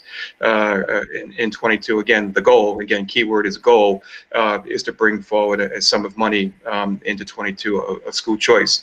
That would be the second year in as many years that we would bring that forward. School choice offers a great deal of flexibility. Aside from a construction project, school choice can be used for pretty much everything relative to instruction. And then the third area that we're looking at is our transportation stabilization. This account was created several years ago, and at the end of FY20, we made a deposit, a transfer of approximately $150,000 into that account for 21. Again, the goal is to make a transfer this year, before the year is out, of a sum of money yet to be determined into the transportation stabilization, and that will certainly assist and support with the transportation assessment to the towns in FY22. I think, it's our understanding that the transportation money that was already paid that wasn't utilized this year would help offset those costs anyway in FY22. Is that kind of what you're referring to, or is this? So at the end of 20, there was a balance remaining in our transportation appropriation, and so with that balance, we did a transfer of approximately $150,000. When we closed the books in FY20, we still had a balance, approximately $1.4 million. And again, that encumbrance that we brought forward is the value that was due at 100%. To our providers, and again, we're still working on what I call readiness payments. If you recall, last spring, the DESE encouraged districts across the Commonwealth to make these readiness payments to their providers. So it's been a number of months, as I had mentioned earlier. Sorry about that. Having some technology issues here. Where's that business manager? He should be getting a new laptop. So we're looking to bring that to closure. We haven't even tackled FY21. Yes, there is a balance there for FY21 because our buses have not been rolling at all. Right now, we're looking to have our yellow buses roll for the first time on January 19th. So from September to now, there is a savings there, approximately $1 million. Again, that's under the premise that there is no readiness payment, my term, made in 21. Okay, thank you. My other question for Dr. McCall is more student focused. Last year, we had conversations. You had come out to all the towns and given a presentation. You had talked about the importance of those social emotional staff, and we had kind of talked about that. I know specifically in the data that I look at every day, that's a huge need throughout the region, right? There's a lot of data coming out now, even though this situation is unprecedented in modern times. You do have a lot of data that was used to compile the effects of remote learning from post-Katrina in the Southeast. Peer-reviewed studies have come out. You're looking at a loss of 30% on the average student of reading comprehension and 50% of STEM math gains from a prior year relative to a normal year going into a remote year. Obviously these stats are also impacted by socioeconomic factors. Some students that are already struggling because of different reasons, myriad factors, are going to struggle more than those students that historically do better anyhow. Knowing that you're going into, hopefully we're back, full in September, and the fact that you said hopefully was a little bit alarming to me, but knowing that you're going into a year where you're going to have a lot of students that could be on the more extreme end, an entire year behind in terms of gain. How do you plan on addressing that with the budget? Because there's going to be a huge need there that's not being filled right now. What are you looking at to do that? So yeah, that was one of the things that I think Chair Weeks was addressing to Mr. Adams a little earlier, and that's really around providing more structured support for those students. So, for example, right now, we have a Title I program that it's not very robust because we don't get very much money. And someone had said this a little earlier. We're not. We're considered a fairly affluent community, in terms of the socioeconomic kind of status that we have as a district. In terms of what we're going to need to do, as you said, this is so unprecedented that, as we kind of look at, what these next steps are, we're probably gonna have to look at things like summer school, how we can provide summer support for students. We're probably gonna have to look at things like after school programs that occur in another area on top of that, the regular school day, in the same way that you might in, some of these other areas that have these types of situations where kids are having a hard time all the time. I think we're going to run into that this year, where we are going to have to provide a more scaffolded approach to supporting our students, really pre-K 12 all the way through.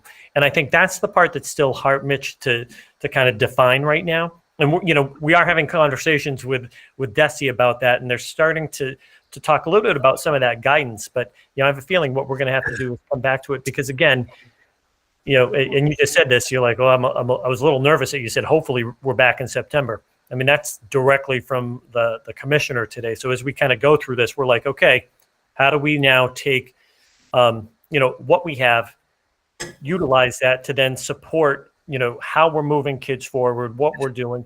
And we are, to a certain extent, we're doing this now with our kids. We are providing more support for our students in different ways, even though they're still remote. It has been something that we're trying to do. We do have a group of students that we're, ultimately we want to bring in our highest need students that we're even trying to work with right now.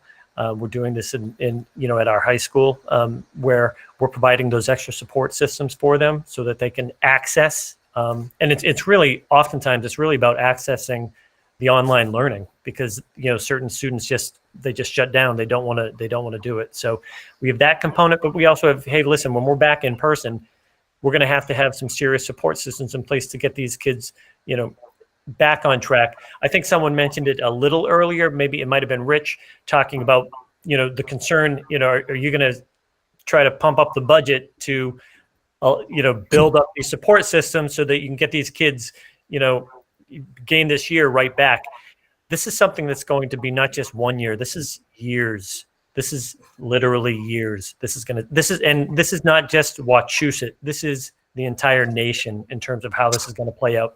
I do think there will be more federal funding that comes everyone's way with the new Commissioner of Education, and I think the feds will definitely look at education in a very different light than the past 4 years. So I do think that will be beneficial. In reference to Title I support and reference to some of the other federal grants that are coming our way. That's something that has dried up for us over the past several years as we become a little more affluent. So again, that's another area that we're hoping that we can take some of those funds and pump it back into supporting those students. Is there a plan right now to bridge that gap in learning retention once the students go back to hybrid this month? I mean, is that still the plan for the kids to go back to hybrid this month, or is there still a chance that conversation is going to go south? Well, we're going to have a meeting with our Board of Health on Monday, I have my, my biweekly meeting, and we take a look at the matrix that we just put together and we shared with the school committee right before the December break. So, ultimately we'll have to make a decision, take a look at the numbers and so forth. But that's something that we will, again, we'll do as we move into this hybrid model, no matter what, to, in order to provide those extra supports, especially for the students, as you said, Mitch, that have had a really hard time accessing. And I don't just mean they can't get online. I mean, the online piece really isn't working well for them. Right. Okay. I guess the last point I'll make is my long-term concern, being that, you have 400 to 420 students that have been lost in enrollment. I mean, when you have that kind of a gap going into next year, as a parent of the district, if I'm sending my kid to Bancroft, which, I'm not, my daughter's only 18 months old, but if I'm sending my kid hypothetically to Bancroft and they're already a year ahead of their peers, there's really no reason for me to bring them back into the district. So I think long term, at least in the medium term of 3 to 5 years, you're looking at, you're already looking at, when you presented last year, a 7 or 10 year historic low for enrollment district wide.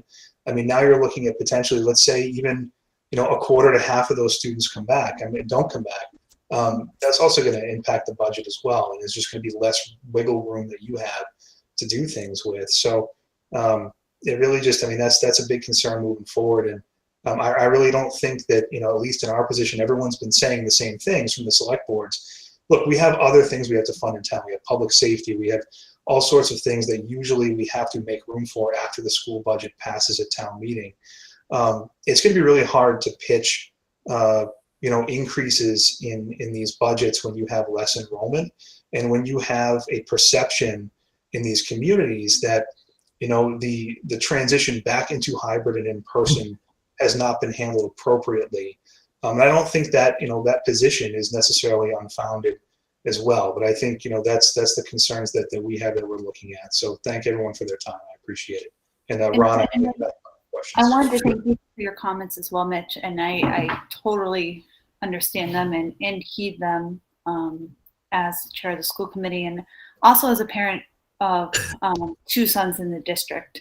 And so to piggyback off of Dr. McCall's comment, many of our students will need additional help as they come back to full in-person learning. But I do want to reiterate that this is not a Wachusett issue or a Massachusetts issue or even a United States issue. This is a global issue. And we're going to see some of those small learning gaps throughout the world as we kind of move forward. But I do also want to reiterate, so let's say you moved your children to Bancroft for a year. Obviously, that is a giant, a massive financial cost for the parents to do so and to keep that up K through 12. So we as a district, and it is that double-edged sword, right? So how do you entice your students to come back, right? You entice your students to come back with like fantastic educational programs and opportunities that would allow them to really be a part of their community, but at the same time access world-class education. So how do you access world-class education? You have to pay for it. So it's like, you don't want to overfund the budget, but at the same time, you want to offer opportunities that would entice those students to come back to us. And we want them back. We want them part of our 5 towns. We want them to play sports and to be part of art and be part of music and to be part of like the culture that makes Wachusett whole. And I think without I understand. I certainly, Meg, I understand what you're saying. And, as you had indicated, how do you make that world-class education? I mean, you fund it. Our taxpayers are funding it. Don't get me wrong. Of course they are. And I really think it's going to be hard to sell to the community that we need to make it a more world-class educational opportunity because of these retention issues that we're having, when the perception is that there's been a lack and a failure in leadership that has caused those issues. I mean, I would also just kind of temper that with caution, right? So if that is the perception, then I think that is the district's responsibility to change that perception in many ways. I know myself as a high school principal, I was able to operate in hybrid learning for 2 days until a student tested positive for COVID-19 and we had to shut down our school. So when parents are clamoring for some of this hybrid education, it's not as good as it looks on paper. And I would like to, spend a moment, and I think this is something we haven't done yet tonight, to say thank you to our teachers. Our teachers have done astronomical things with very little time and training. So they've been trained in a certain way to deliver education in a certain way their entire careers, some of them 1 year, some of them 30 years. And they were asked to change the way they teach in the matter of months, and were able to do so, and continue to do so with some of their home resources, some of them also parenting their own children at the same time. So I think if we look at our tax dollars and how they're being spent, our teachers are the foundation of our budget, and upwards of 70 to 80% of our operating budget. And if we don't say thank you to them and all the efforts they've gone through to make this work, I think we are amiss tonight. I understand that. And again, no one's saying that we're not thanking the teachers and all of that. Those are great words. However, the reality on the ground in these communities is we've had parents that have had to leave their jobs because of homeschooling.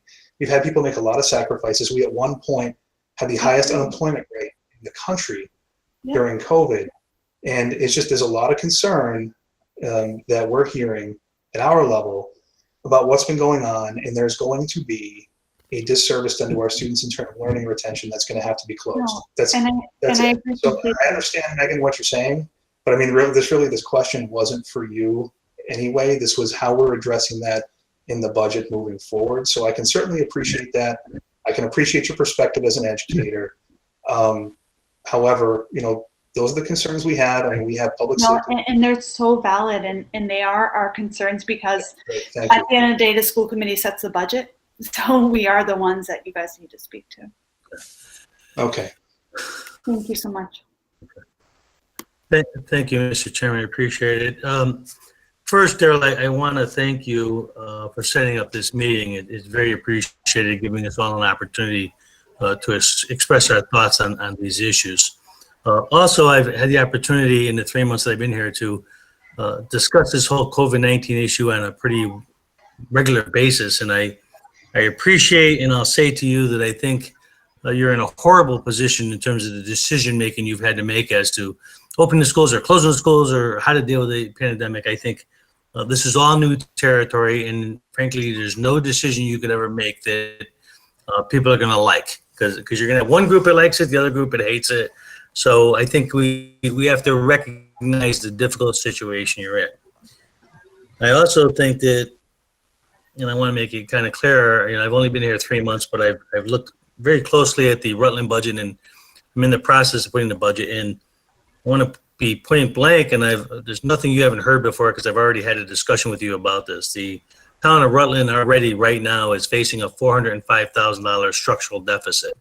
I was surprised that the budget was passed had an additional $205,000 deficit, and we used $200,000 of free cash to balance our operating budget. And our free cash is a little over 500 grand. So you can see how that's a problem to use that much of one-time revenue to balance the operating budget. It's a difficult situation. I've got to attempt to fix it, and it's going to be a struggle fixing the operational deficit and getting us back to a fiscally responsible position that I'd like to be in. And I'm sure I'm not going to be able to do it all in 1 year. So I look at, and I want to thank you and your staff, particularly Rebecca, for sending me the fiscal year 21 budget so I can look at it. I was a little surprised that the increase was at 4.37% and over $4 million increase. And I looked at the newspaper article about the 7 additional staff that you brought on, particularly the 3 social emotional people, which I think we all recognize is important given where we're at. So I understand the needs of the district. I understand that, as you had said earlier, that this is it's a school committee budget. And so I'll speak to the school committee as well as speaking to you that there has to be a partnership, and the school committee has to recognize that while we all want to support education, I've talked to every manager in the district, and 4 of the 5 managers in the district, and they all support education tremendously. But every one of them has told me that they're keeping their budgets flat, with the exception of, contractual costs. So salaries, union contracts we have to fund. the healthcare expenses like you, we have to figure out how we're going to pay those increases. But if I have a assessment that's 679,000 like last year, and I'm locked into Proposition 2.5, which allows me to collect a little over $700,000 in new revenue, it's pretty hard for me to balance my budget. So we have to figure out some way to make it to where the towns can still operate. They can still fund their regular, public safety and other needs, along with paying a reasonable amount for education to keep a quality education system. So, I've talked to Peter and I've talked to the other managers. Every one of them, and this is more so than in the past, every one of them is figuring out how to balance their budget this year. It's not going to be an easy task given the fiscal situation that we're all in. So I guess what all of us in our conversation have been saying is we need you guys to really look closely at your budget this year and do everything you can to keep it as reasonable as possible, recognizing what your chairwoman said, that the chair board, the Board of Education or the school committees look at improving the quality of education. I think all of us recognize that that's their role. The fundamental part that they have to also understand is that we have a role to balance our budgets, and we try to give the schools as much money as we can, but there's a limit to that. So this year, above all, I guess, most of us are saying, you've heard it from every town so far, we need you to be really careful in your financing and do what you can. Last year, you added 7 people. I saw in your preview that you were talking counselors, and you just said school counselors, and that implies that you might be adding some school counselors this year. I don't know. So you can tell me what that meant in the presentation. Yeah, and I can just jump in real quick, Ron. We didn't add those. We didn't add those people this past year. We actually made 7 last year. So, how many did you add last year? Just so I understand. 0. You didn't hire any of the 3 social emotional teachers? Okay. So I'm looking at your 21 budget, and it shows that your fixed costs were pretty level, and frankly, all your budget increases was, at least at the beginning of the year, perceived to be labor cost increases, between union contracts and any additional staffing you were hired. So I'm sure it sounds like you made major adjustments to your 2021 budget than what you gave me. Is that accurate? Okay. I can only tell you what I see. Can you go through the cuts quickly of what we cut at first and then where we are right now? I don't have that information right in front of me. In general, like where we were and where we are right now. So your question is where with the budget cuts that we were trying to make based on the state budget, and then if we were able to add any personnel at all, or if we ended up cutting personnel in general. Right. So we had, and this goes back last, we started talking about this last June, July, right as we started to roll through this budget. And Dan, I don't know, I literally don't have this right in front of me, but we had tiered reductions, Ron, that went along with what we were doing. So, we had a tier 1, tier 2, tier 3. So, and we were trying to get down to approximately $5 to $6 million in terms of a reduction, because that was the concern around what funding we would not be getting from Chapter 70.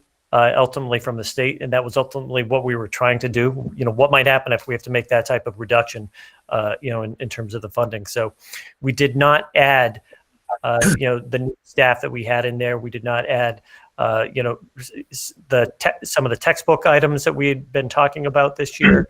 And Dan, you can jump in with this because I'm just trying to remember it off the top of my head. Back on June 15th, we let go about approximately 50 plus teachers.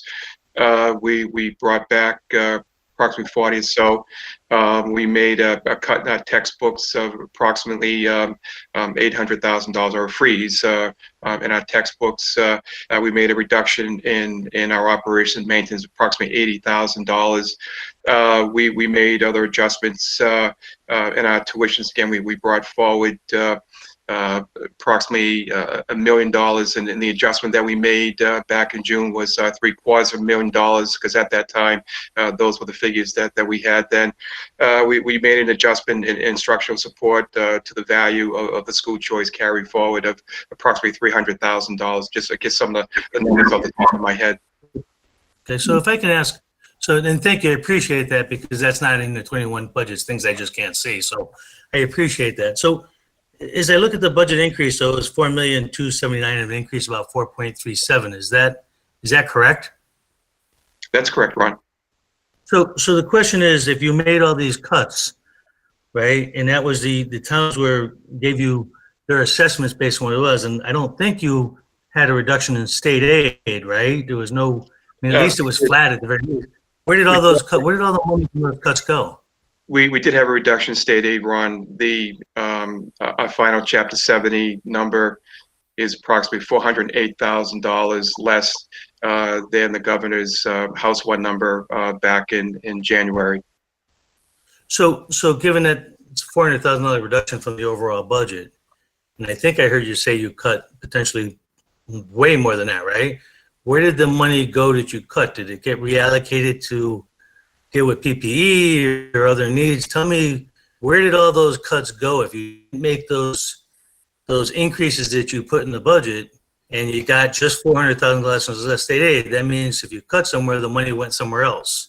So why didn't you fund those positions? Where did you take your money and move it to? Because your funding sounds like it only went down by 400 grand, unless I'm not understanding.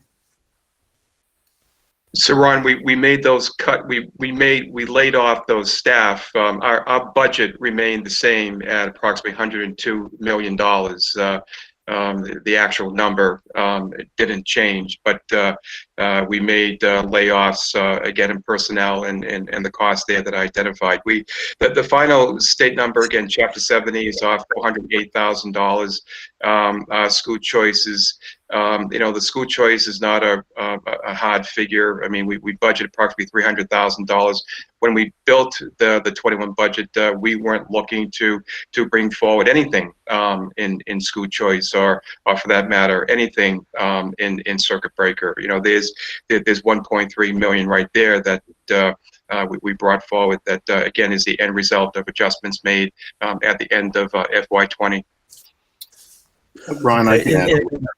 We absolutely put money towards PPE. That was an unexpected cost. Technology, buying more Chromebooks, network infrastructure, upgrading things, HVAC systems. Those were all unknown expenses that we had to find money to put towards. And these were all a result from the whole pandemic. The other thing was we were operating on a 112 budget at that time, which was much lower than what we ended up with. So we had to make sure we could still make that work, knowing that's the only revenue source we had coming from the state at that time. So it was very challenging for us to start the year, and that's why we needed to make sure that we weren't going to be held hostage by not having enough revenue available to us. So that's why we made these reductions. That's why we carried money forward as best as we could. That was the big impact from COVID on us. There was no So- CARES so- and I- Act didn't pay for PPE, and CARES Act didn't cover any of that. You didn't get federal assistance for any of your COVID costs?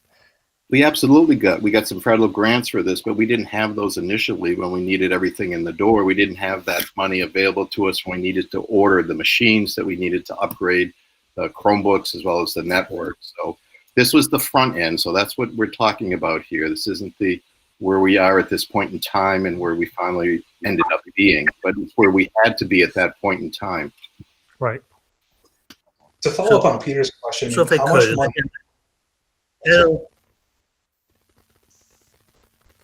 I was just going to follow up as to how much money was received in COVID aid for PPE from the district. Approximately $1.9 million. We had 3 grants that we received, and the largest of the grant was what's called the school reopening grant. It was just under $1.6 million. It was $1,572,000 and change. That particular grant, we were given the charge by the DESE that those dollars had to be expended by December 30 of 2020. Those dollars, when the grant was made, were retroactive back to March 1st of 2020. Just about 2 weeks ago, we received word that those dollars could be extended through December 31 of 2021. So of the almost 1.61572 and change, we have approximately $116,000 remaining in that grant. So that money, I mean, Robert had just indicated that you had incurred expenses at the beginning, at the front end of this, but that money was made retroactive. So, I mean, that money made you whole on those expenses, correct? And it sounds like you have $115,000 left over. Is that not necessarily, Mitch? I apologize. We still have a deficit in our budget. We created 2 lines in our undesignated appropriation, and the 2 lines, one was for the expense, one was for payroll. There were charges there, well over $500,000 that we were able to charge back to the grants. But we still have a structural deficit in that appropriation, or about approximately $209,000 in change that remains in the budget. So we just have to reallocate those costs to operations and maintenance. I should point out too that we also had incurred expenses at the latter part of last year and early this year that we did not charge to the grants and were not charged to the general fund, approximately $129,000 and change. And we're still working for reimbursement of those charges through FEMA. We submitted an application on September 1st to FEMA, again through MEMA and then to FEMA. And as you may know, the reimbursement is 75 cents on the dollar. And so we're hopeful that if the review passes muster, that we'll receive approximately $96,000 and change in reimbursement. But that's probably several weeks down. It's been several months. As I said a moment ago, we submitted the application on September 1. We went through a pretty comprehensive review process with MEMA. It just passed at muster about a week or so ago, and now it's on to FEMA.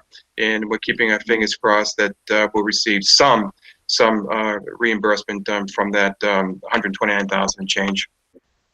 If I could finish, Mr. Chairman, just because I'm trying to understand, and I got to admit I'm getting a little confused. So I think I heard, Dan, that you reduced 10 teaching positions this year, a net 10 at the end of the day. Is that what you said? Is that correct? That you cut 10 teachers? The net is approximately 10 teachers, approximately. Okay, so you cut 10 and you didn't hire the 7 new staff members you said you were going to hire in 2021, which was part of the increase that got you to the 102. So if that's true, that would be a net 17 less positions than were budgeted for at the start of the 2021 year budget. Is that correct? The 7 new ones that were proposed and the 10 that you cut, right? Correct. But we've also added some other new staff in response to special education needs since the start of the year.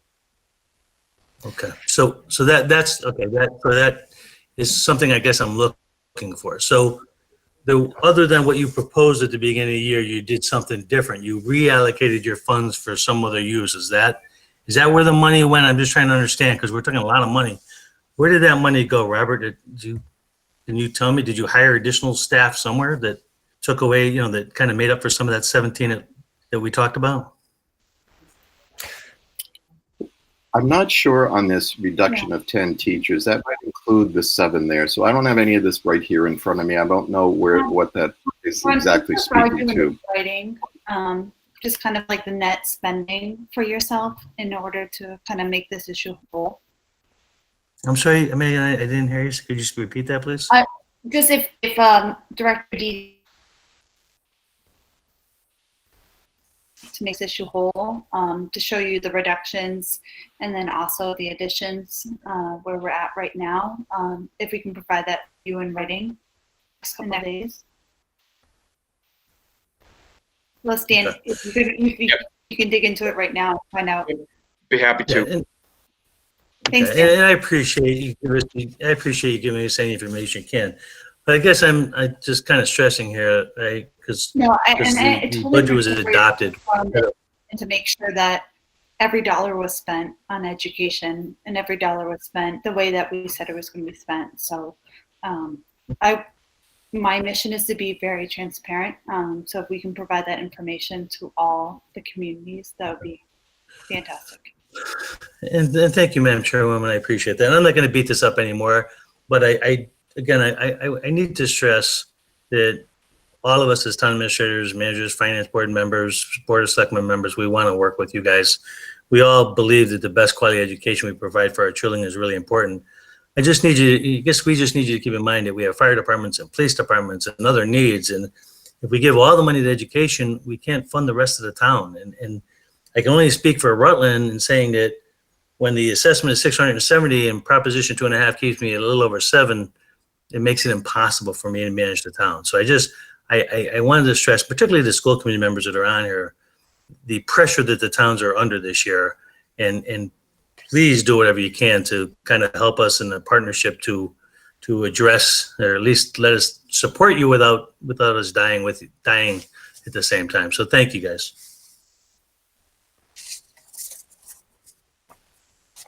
Thank you. Oh, I'm sorry, the finance director is on as well, so I don't know if Karen has anything to add.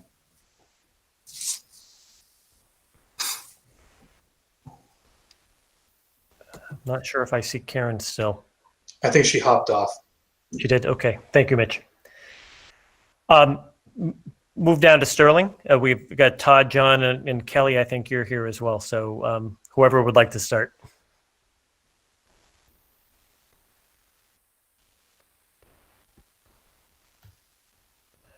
You know what, John? You're still muted. It's not working.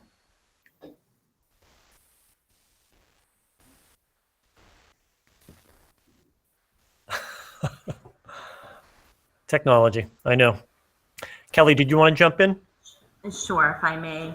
Well, hopefully John can get that settled. First, I just want to thank all of you for, collectively, everyone at the table. Clearly, this is a huge, work of partnership that everyone is here around the table, and clearly the education of our residents, our young students is so important, and that's why we're all here. We're all taking time out of our schedule to be here and to make sure that you understand where we're coming from, and I really appreciate that. I've only been in this position for about a month, so I don't really have too much to add to what everyone else has already said, but I just want to let you know that we are all in partnership. We all need to sail together. And if there's anything that we can do on our end to help educate the group of us, even just little things like being able to explain some of this information to our residents is really important. We're all in this together. We all need to keep moving forward with the understanding of all of the limited resources that we have and that we need to share. I just have a couple of, I think they're very quick questions, but really because I'm new to this, I just wanted to find out where are we in terms of, can you just give a quick, just for me, if nothing else, where are we with collective bargaining agreements? Have those been settled? Have those numbers for FY22 already been worked into this, whatever budget you are formulating right now? So we have a couple that we have built into contracts that we currently have going already. Then we're in the midst of contract negotiations as well right now with a few unions, and our largest union, our teachers union, we're going to be negotiating with this year. So again, that's going to come into play as we kind of project out into next year. So you're negotiating this year for FY22, or you're negotiating this year for another 3 years? Okay. So typically, would you perhaps have a salary reserve where you would keep that to the side, or is that something? Yes. How would you plan for that? Yeah, that's exactly how we would do it. Okay. Thank you for that. Is there an active IAC group, or how have you been? We've all been challenged with increasing medical insurance rates, the cost of benefits, which are clearly a major component of the benefits package. What efforts has the region taken in the past or quite recently to help mitigate some of those changes? I believe you're with Maya. So just wondering where things stand with the health insurance and sort of how do you plan around, are you basing your estimates on trend, or how do you go about dealing with that major budget factor? Because we're all dealing with it on every level, and I'm just wondering how the district usually tries to tackle that. So, Kelly, you haven't been around long enough, but this has been kind of the bane of my existence as a superintendent since I began. Because unfortunately, years ago, the district moved into GIC one year to save $1 million, and the following year they moved out of GIC to save $1 million. But when they did that, there was a portion of the law, Section 19, that wasn't done correctly. So we ended up having to keep our PEC group. So our PEC controls our basically our ratio in terms of employee paying versus employer paying. So when I came on board, we were a 90-10 district. It took us a few years to get down to 78-22. That's where we're at right now. That was really, and again, any of the select board members or so forth who have kind of been around for a while, that was something that we spent an awful lot of time working on. Jeff, do you want to talk a little bit more about where we're at currently in reference to how we're working through this? Sure. The PEC group meets quarterly. We'll be meeting again in February to review the bids for insurance. Our broker just went out. I'll just tell Tara I'm going to turn it over to you quickly. Excuse me. So we're awaiting our health insurance bids for this July. We should probably get those the end of this month, beginning of February. In the past, we've worked, with the PEC to introduce health reimbursement accounts to kind of mitigate some of the cost increases by, having a deductible program introduced several years ago. It's unusual to have a PEC group. I think we're one of the few communities in the Commonwealth. Most have employee insurance advisory committees that don't have as much authority, if you will, in terms of negotiating the rates. But we've had a cooperative relationship with them in terms of trying to look at the plan design. We've introduced some changes in deductibles, co-pays, to mitigate the costs. Nothing really new. We're a large enough group with almost 800 insured lives that we're a credible group from an insurance standpoint. So our claims really drive our rate. And we've been fortunate. Out of the last 3 years, we had a 0% increase in, I think, FY19 and FY20. This past year in FY21, we had a 7% increase. Currently, our loss ratio is running at about 96%. So we're looking at our claims are not coming in where we would like them.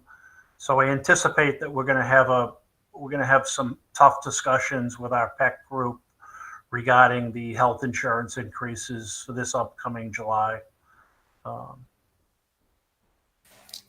And just to get back to your earlier question, Sherry, regarding some of our contracts.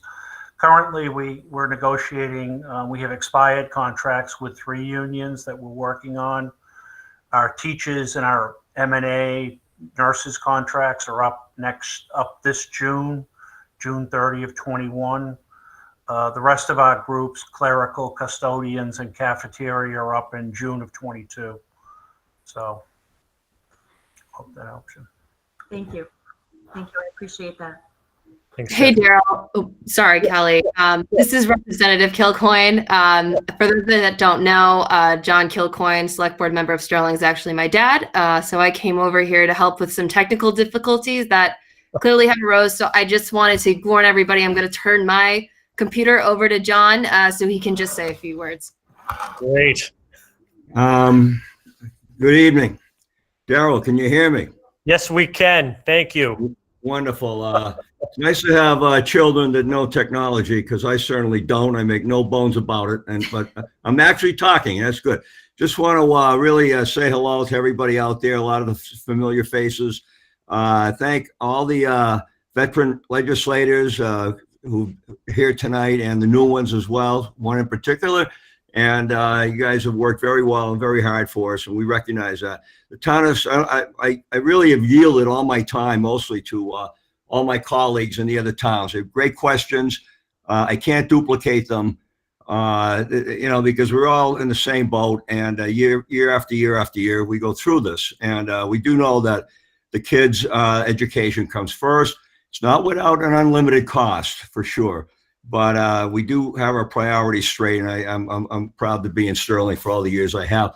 I'll sound like a broken record for the last few years. The only comments that I did have was I'm hoping Sterling. We always shoot for a level funded budget. I think I heard Mr. Lukes, Mr. Biss say that. I think we're all in the same boat on this, and we did that last year.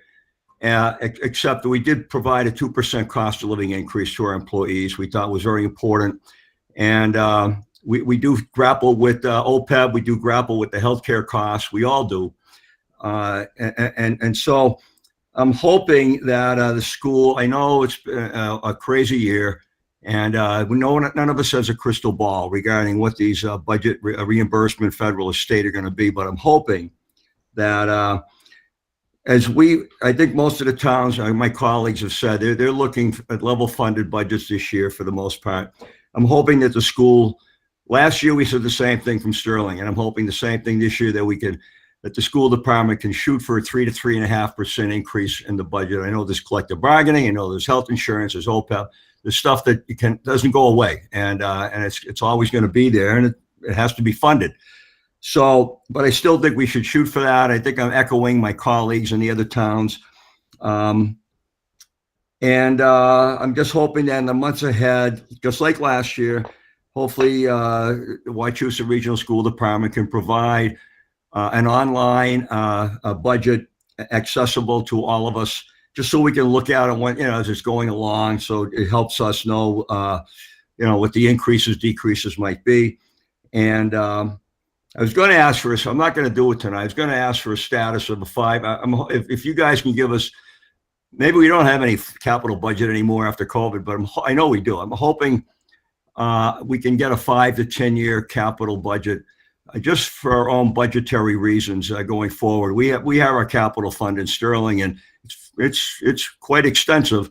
And it's always good to know what the school system is looking at in terms of not just the athletic fields, which is great, but other things that are going to come due.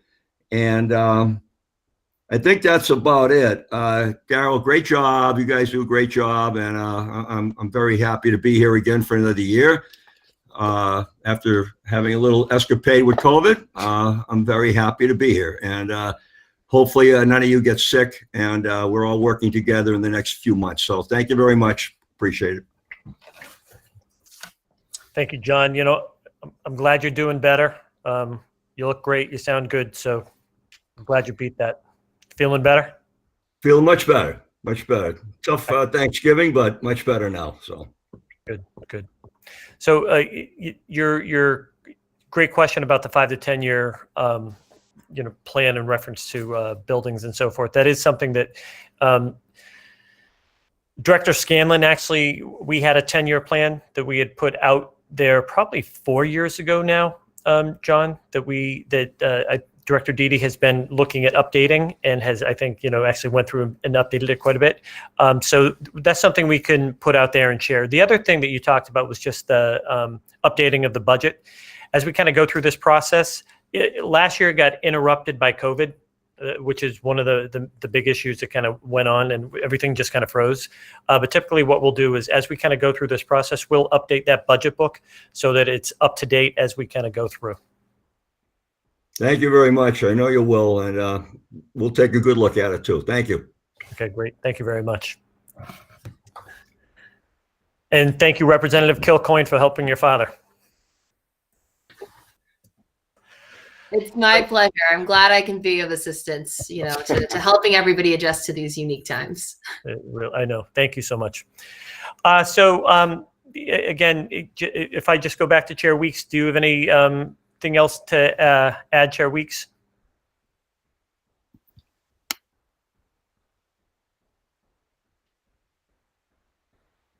Oh, looks like she just went out of the meeting by accident, maybe. Sometimes that happens. So I just wanted to, first and foremost, I'll just start. Thank you all for coming. I greatly appreciate all the work the reps have been doing at the state level. Thank you. I know how hard it is to kind of go through this day in, day out, the long hours. I feel as though I've been working since that day in March when we kind of closed schools, and it's been nonstop since that time. So I understand how hard it is. You have more hours in you, Dr. McCall, don't you? Yeah. Yeah, I'm sorry, I pressed the wrong button and pressed that middle button instead of the unmute button, but nothing more to add other than my thanks. I know all of you are burnt at all ends, and you took your time tonight to listen to us and listen to our needs. So I do want to fully say that we're always available via email or cell phone. So if you need anything, just let us know, and we're happy to inform you on what's going on. And as we start this process, one of the things that we're going to do is, again, we'll be reaching out. Rebecca is retiring the end of January. She isn't. Can't happen. I know it can't happen, but that's a big blow to the district. I'm just letting you know. So she will be able to, she's going to stay on to help out a little bit as we kind of go through things, over the next couple of months. But she's officially retiring the end of January. So someone will be setting up times for us to come around and do our budget roadshow with all of you, within the next eight weeks, give or take. So in the meantime, we'll be working with school committee, business and finance on formulating the first part of the budget, and the budget will get voted on by school committee in March. So typically we come around to the communities prior to the budget being voted on. So just wanted to put that out there. Oh yes, Senator Chandler. Oh, you're on mute.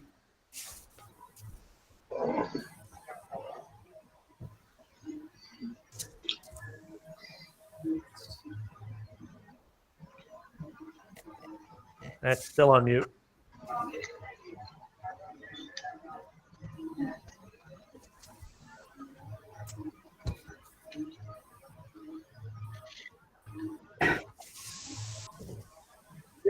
There, I'm not on mute anymore, right? Okay. Hear me now.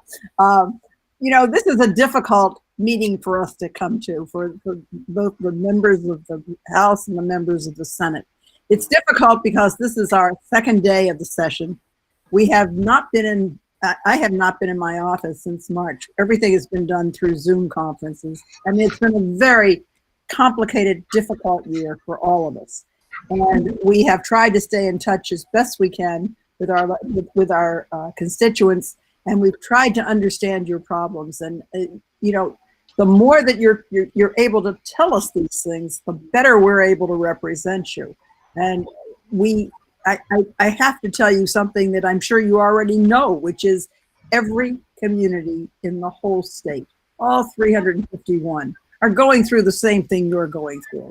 And it breaks my heart to see you tearing yourselves apart, trying to figure how you could hire one more person, or what you do with social and emotional learning. You're doing the best you can under terrible circumstances, and everybody is in the same situation. I wonder if perhaps maybe we should have another meeting closer to your meetings.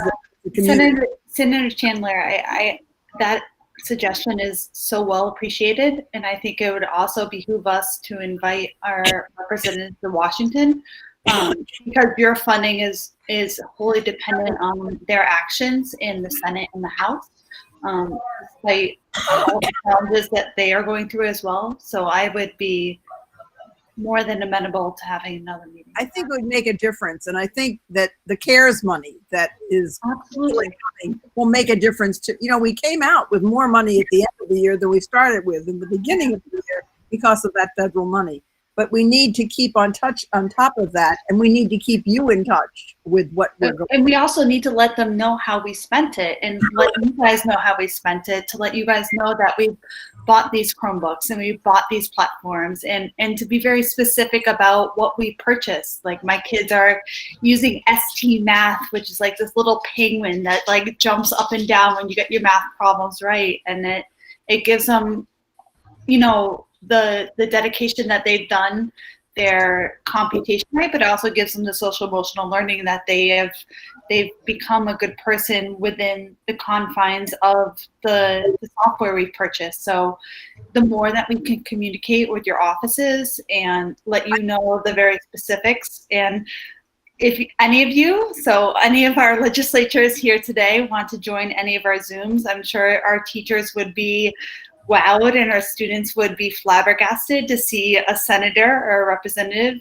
on their classrooms, and it would make your day, and I'm sure it would make your day as well to see a bunch of kiddos just very happy. I think it would make us understand what you're doing and how you're doing it.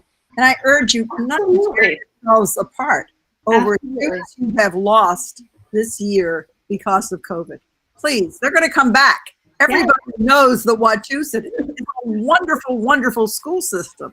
We're gonna come back, but we need your support. So I encourage, and also our select board members and our FinCom members here tonight. Like, just reach out to me, and Dr. McCall will give you some Google Meets links, and you can see a first grader at work, right, versus a fifth grader versus a eighth grader versus a high schooler, and you can see the wonderful things and also the challenging things. So I can't promise you it's going to be perfect, but it's going to be something, and you'll be able to see with your own eyes what they need and how you guys can help us moving forward. Has broadband been a problem for Wachusett? Not anymore, because Princeton, where I live, is now fully supported with broadband. But we do have a group of students who, and I can say this from my own experience, that can't pay the bills, right? So they have broadband, but at the end of the day, when you choose between your power or you choose between your rent, and you choose between your broadband, that may drop off. So if you guys are looking forward to how to support our towns and districts, that is always a way you can support us. Mrs. Weeks, I represent Worcester. I know what it means. I know. I worked in Worcester for 13 years, and Superintendent Benenda is one of my best friends. So all I can say is we're here for you. That's what you are our bosses. You are the ones to tell us what you need from us, and we will do the best we can. I feel sort of at a loss today because we're just at the beginning. We don't know where we're going yet.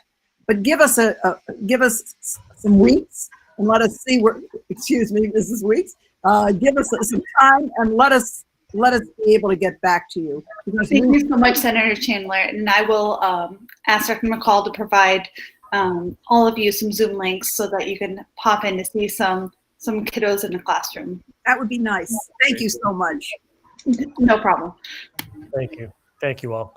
And you know what? And just to go along with that, just want to let you know, we actually provide hotspots for students.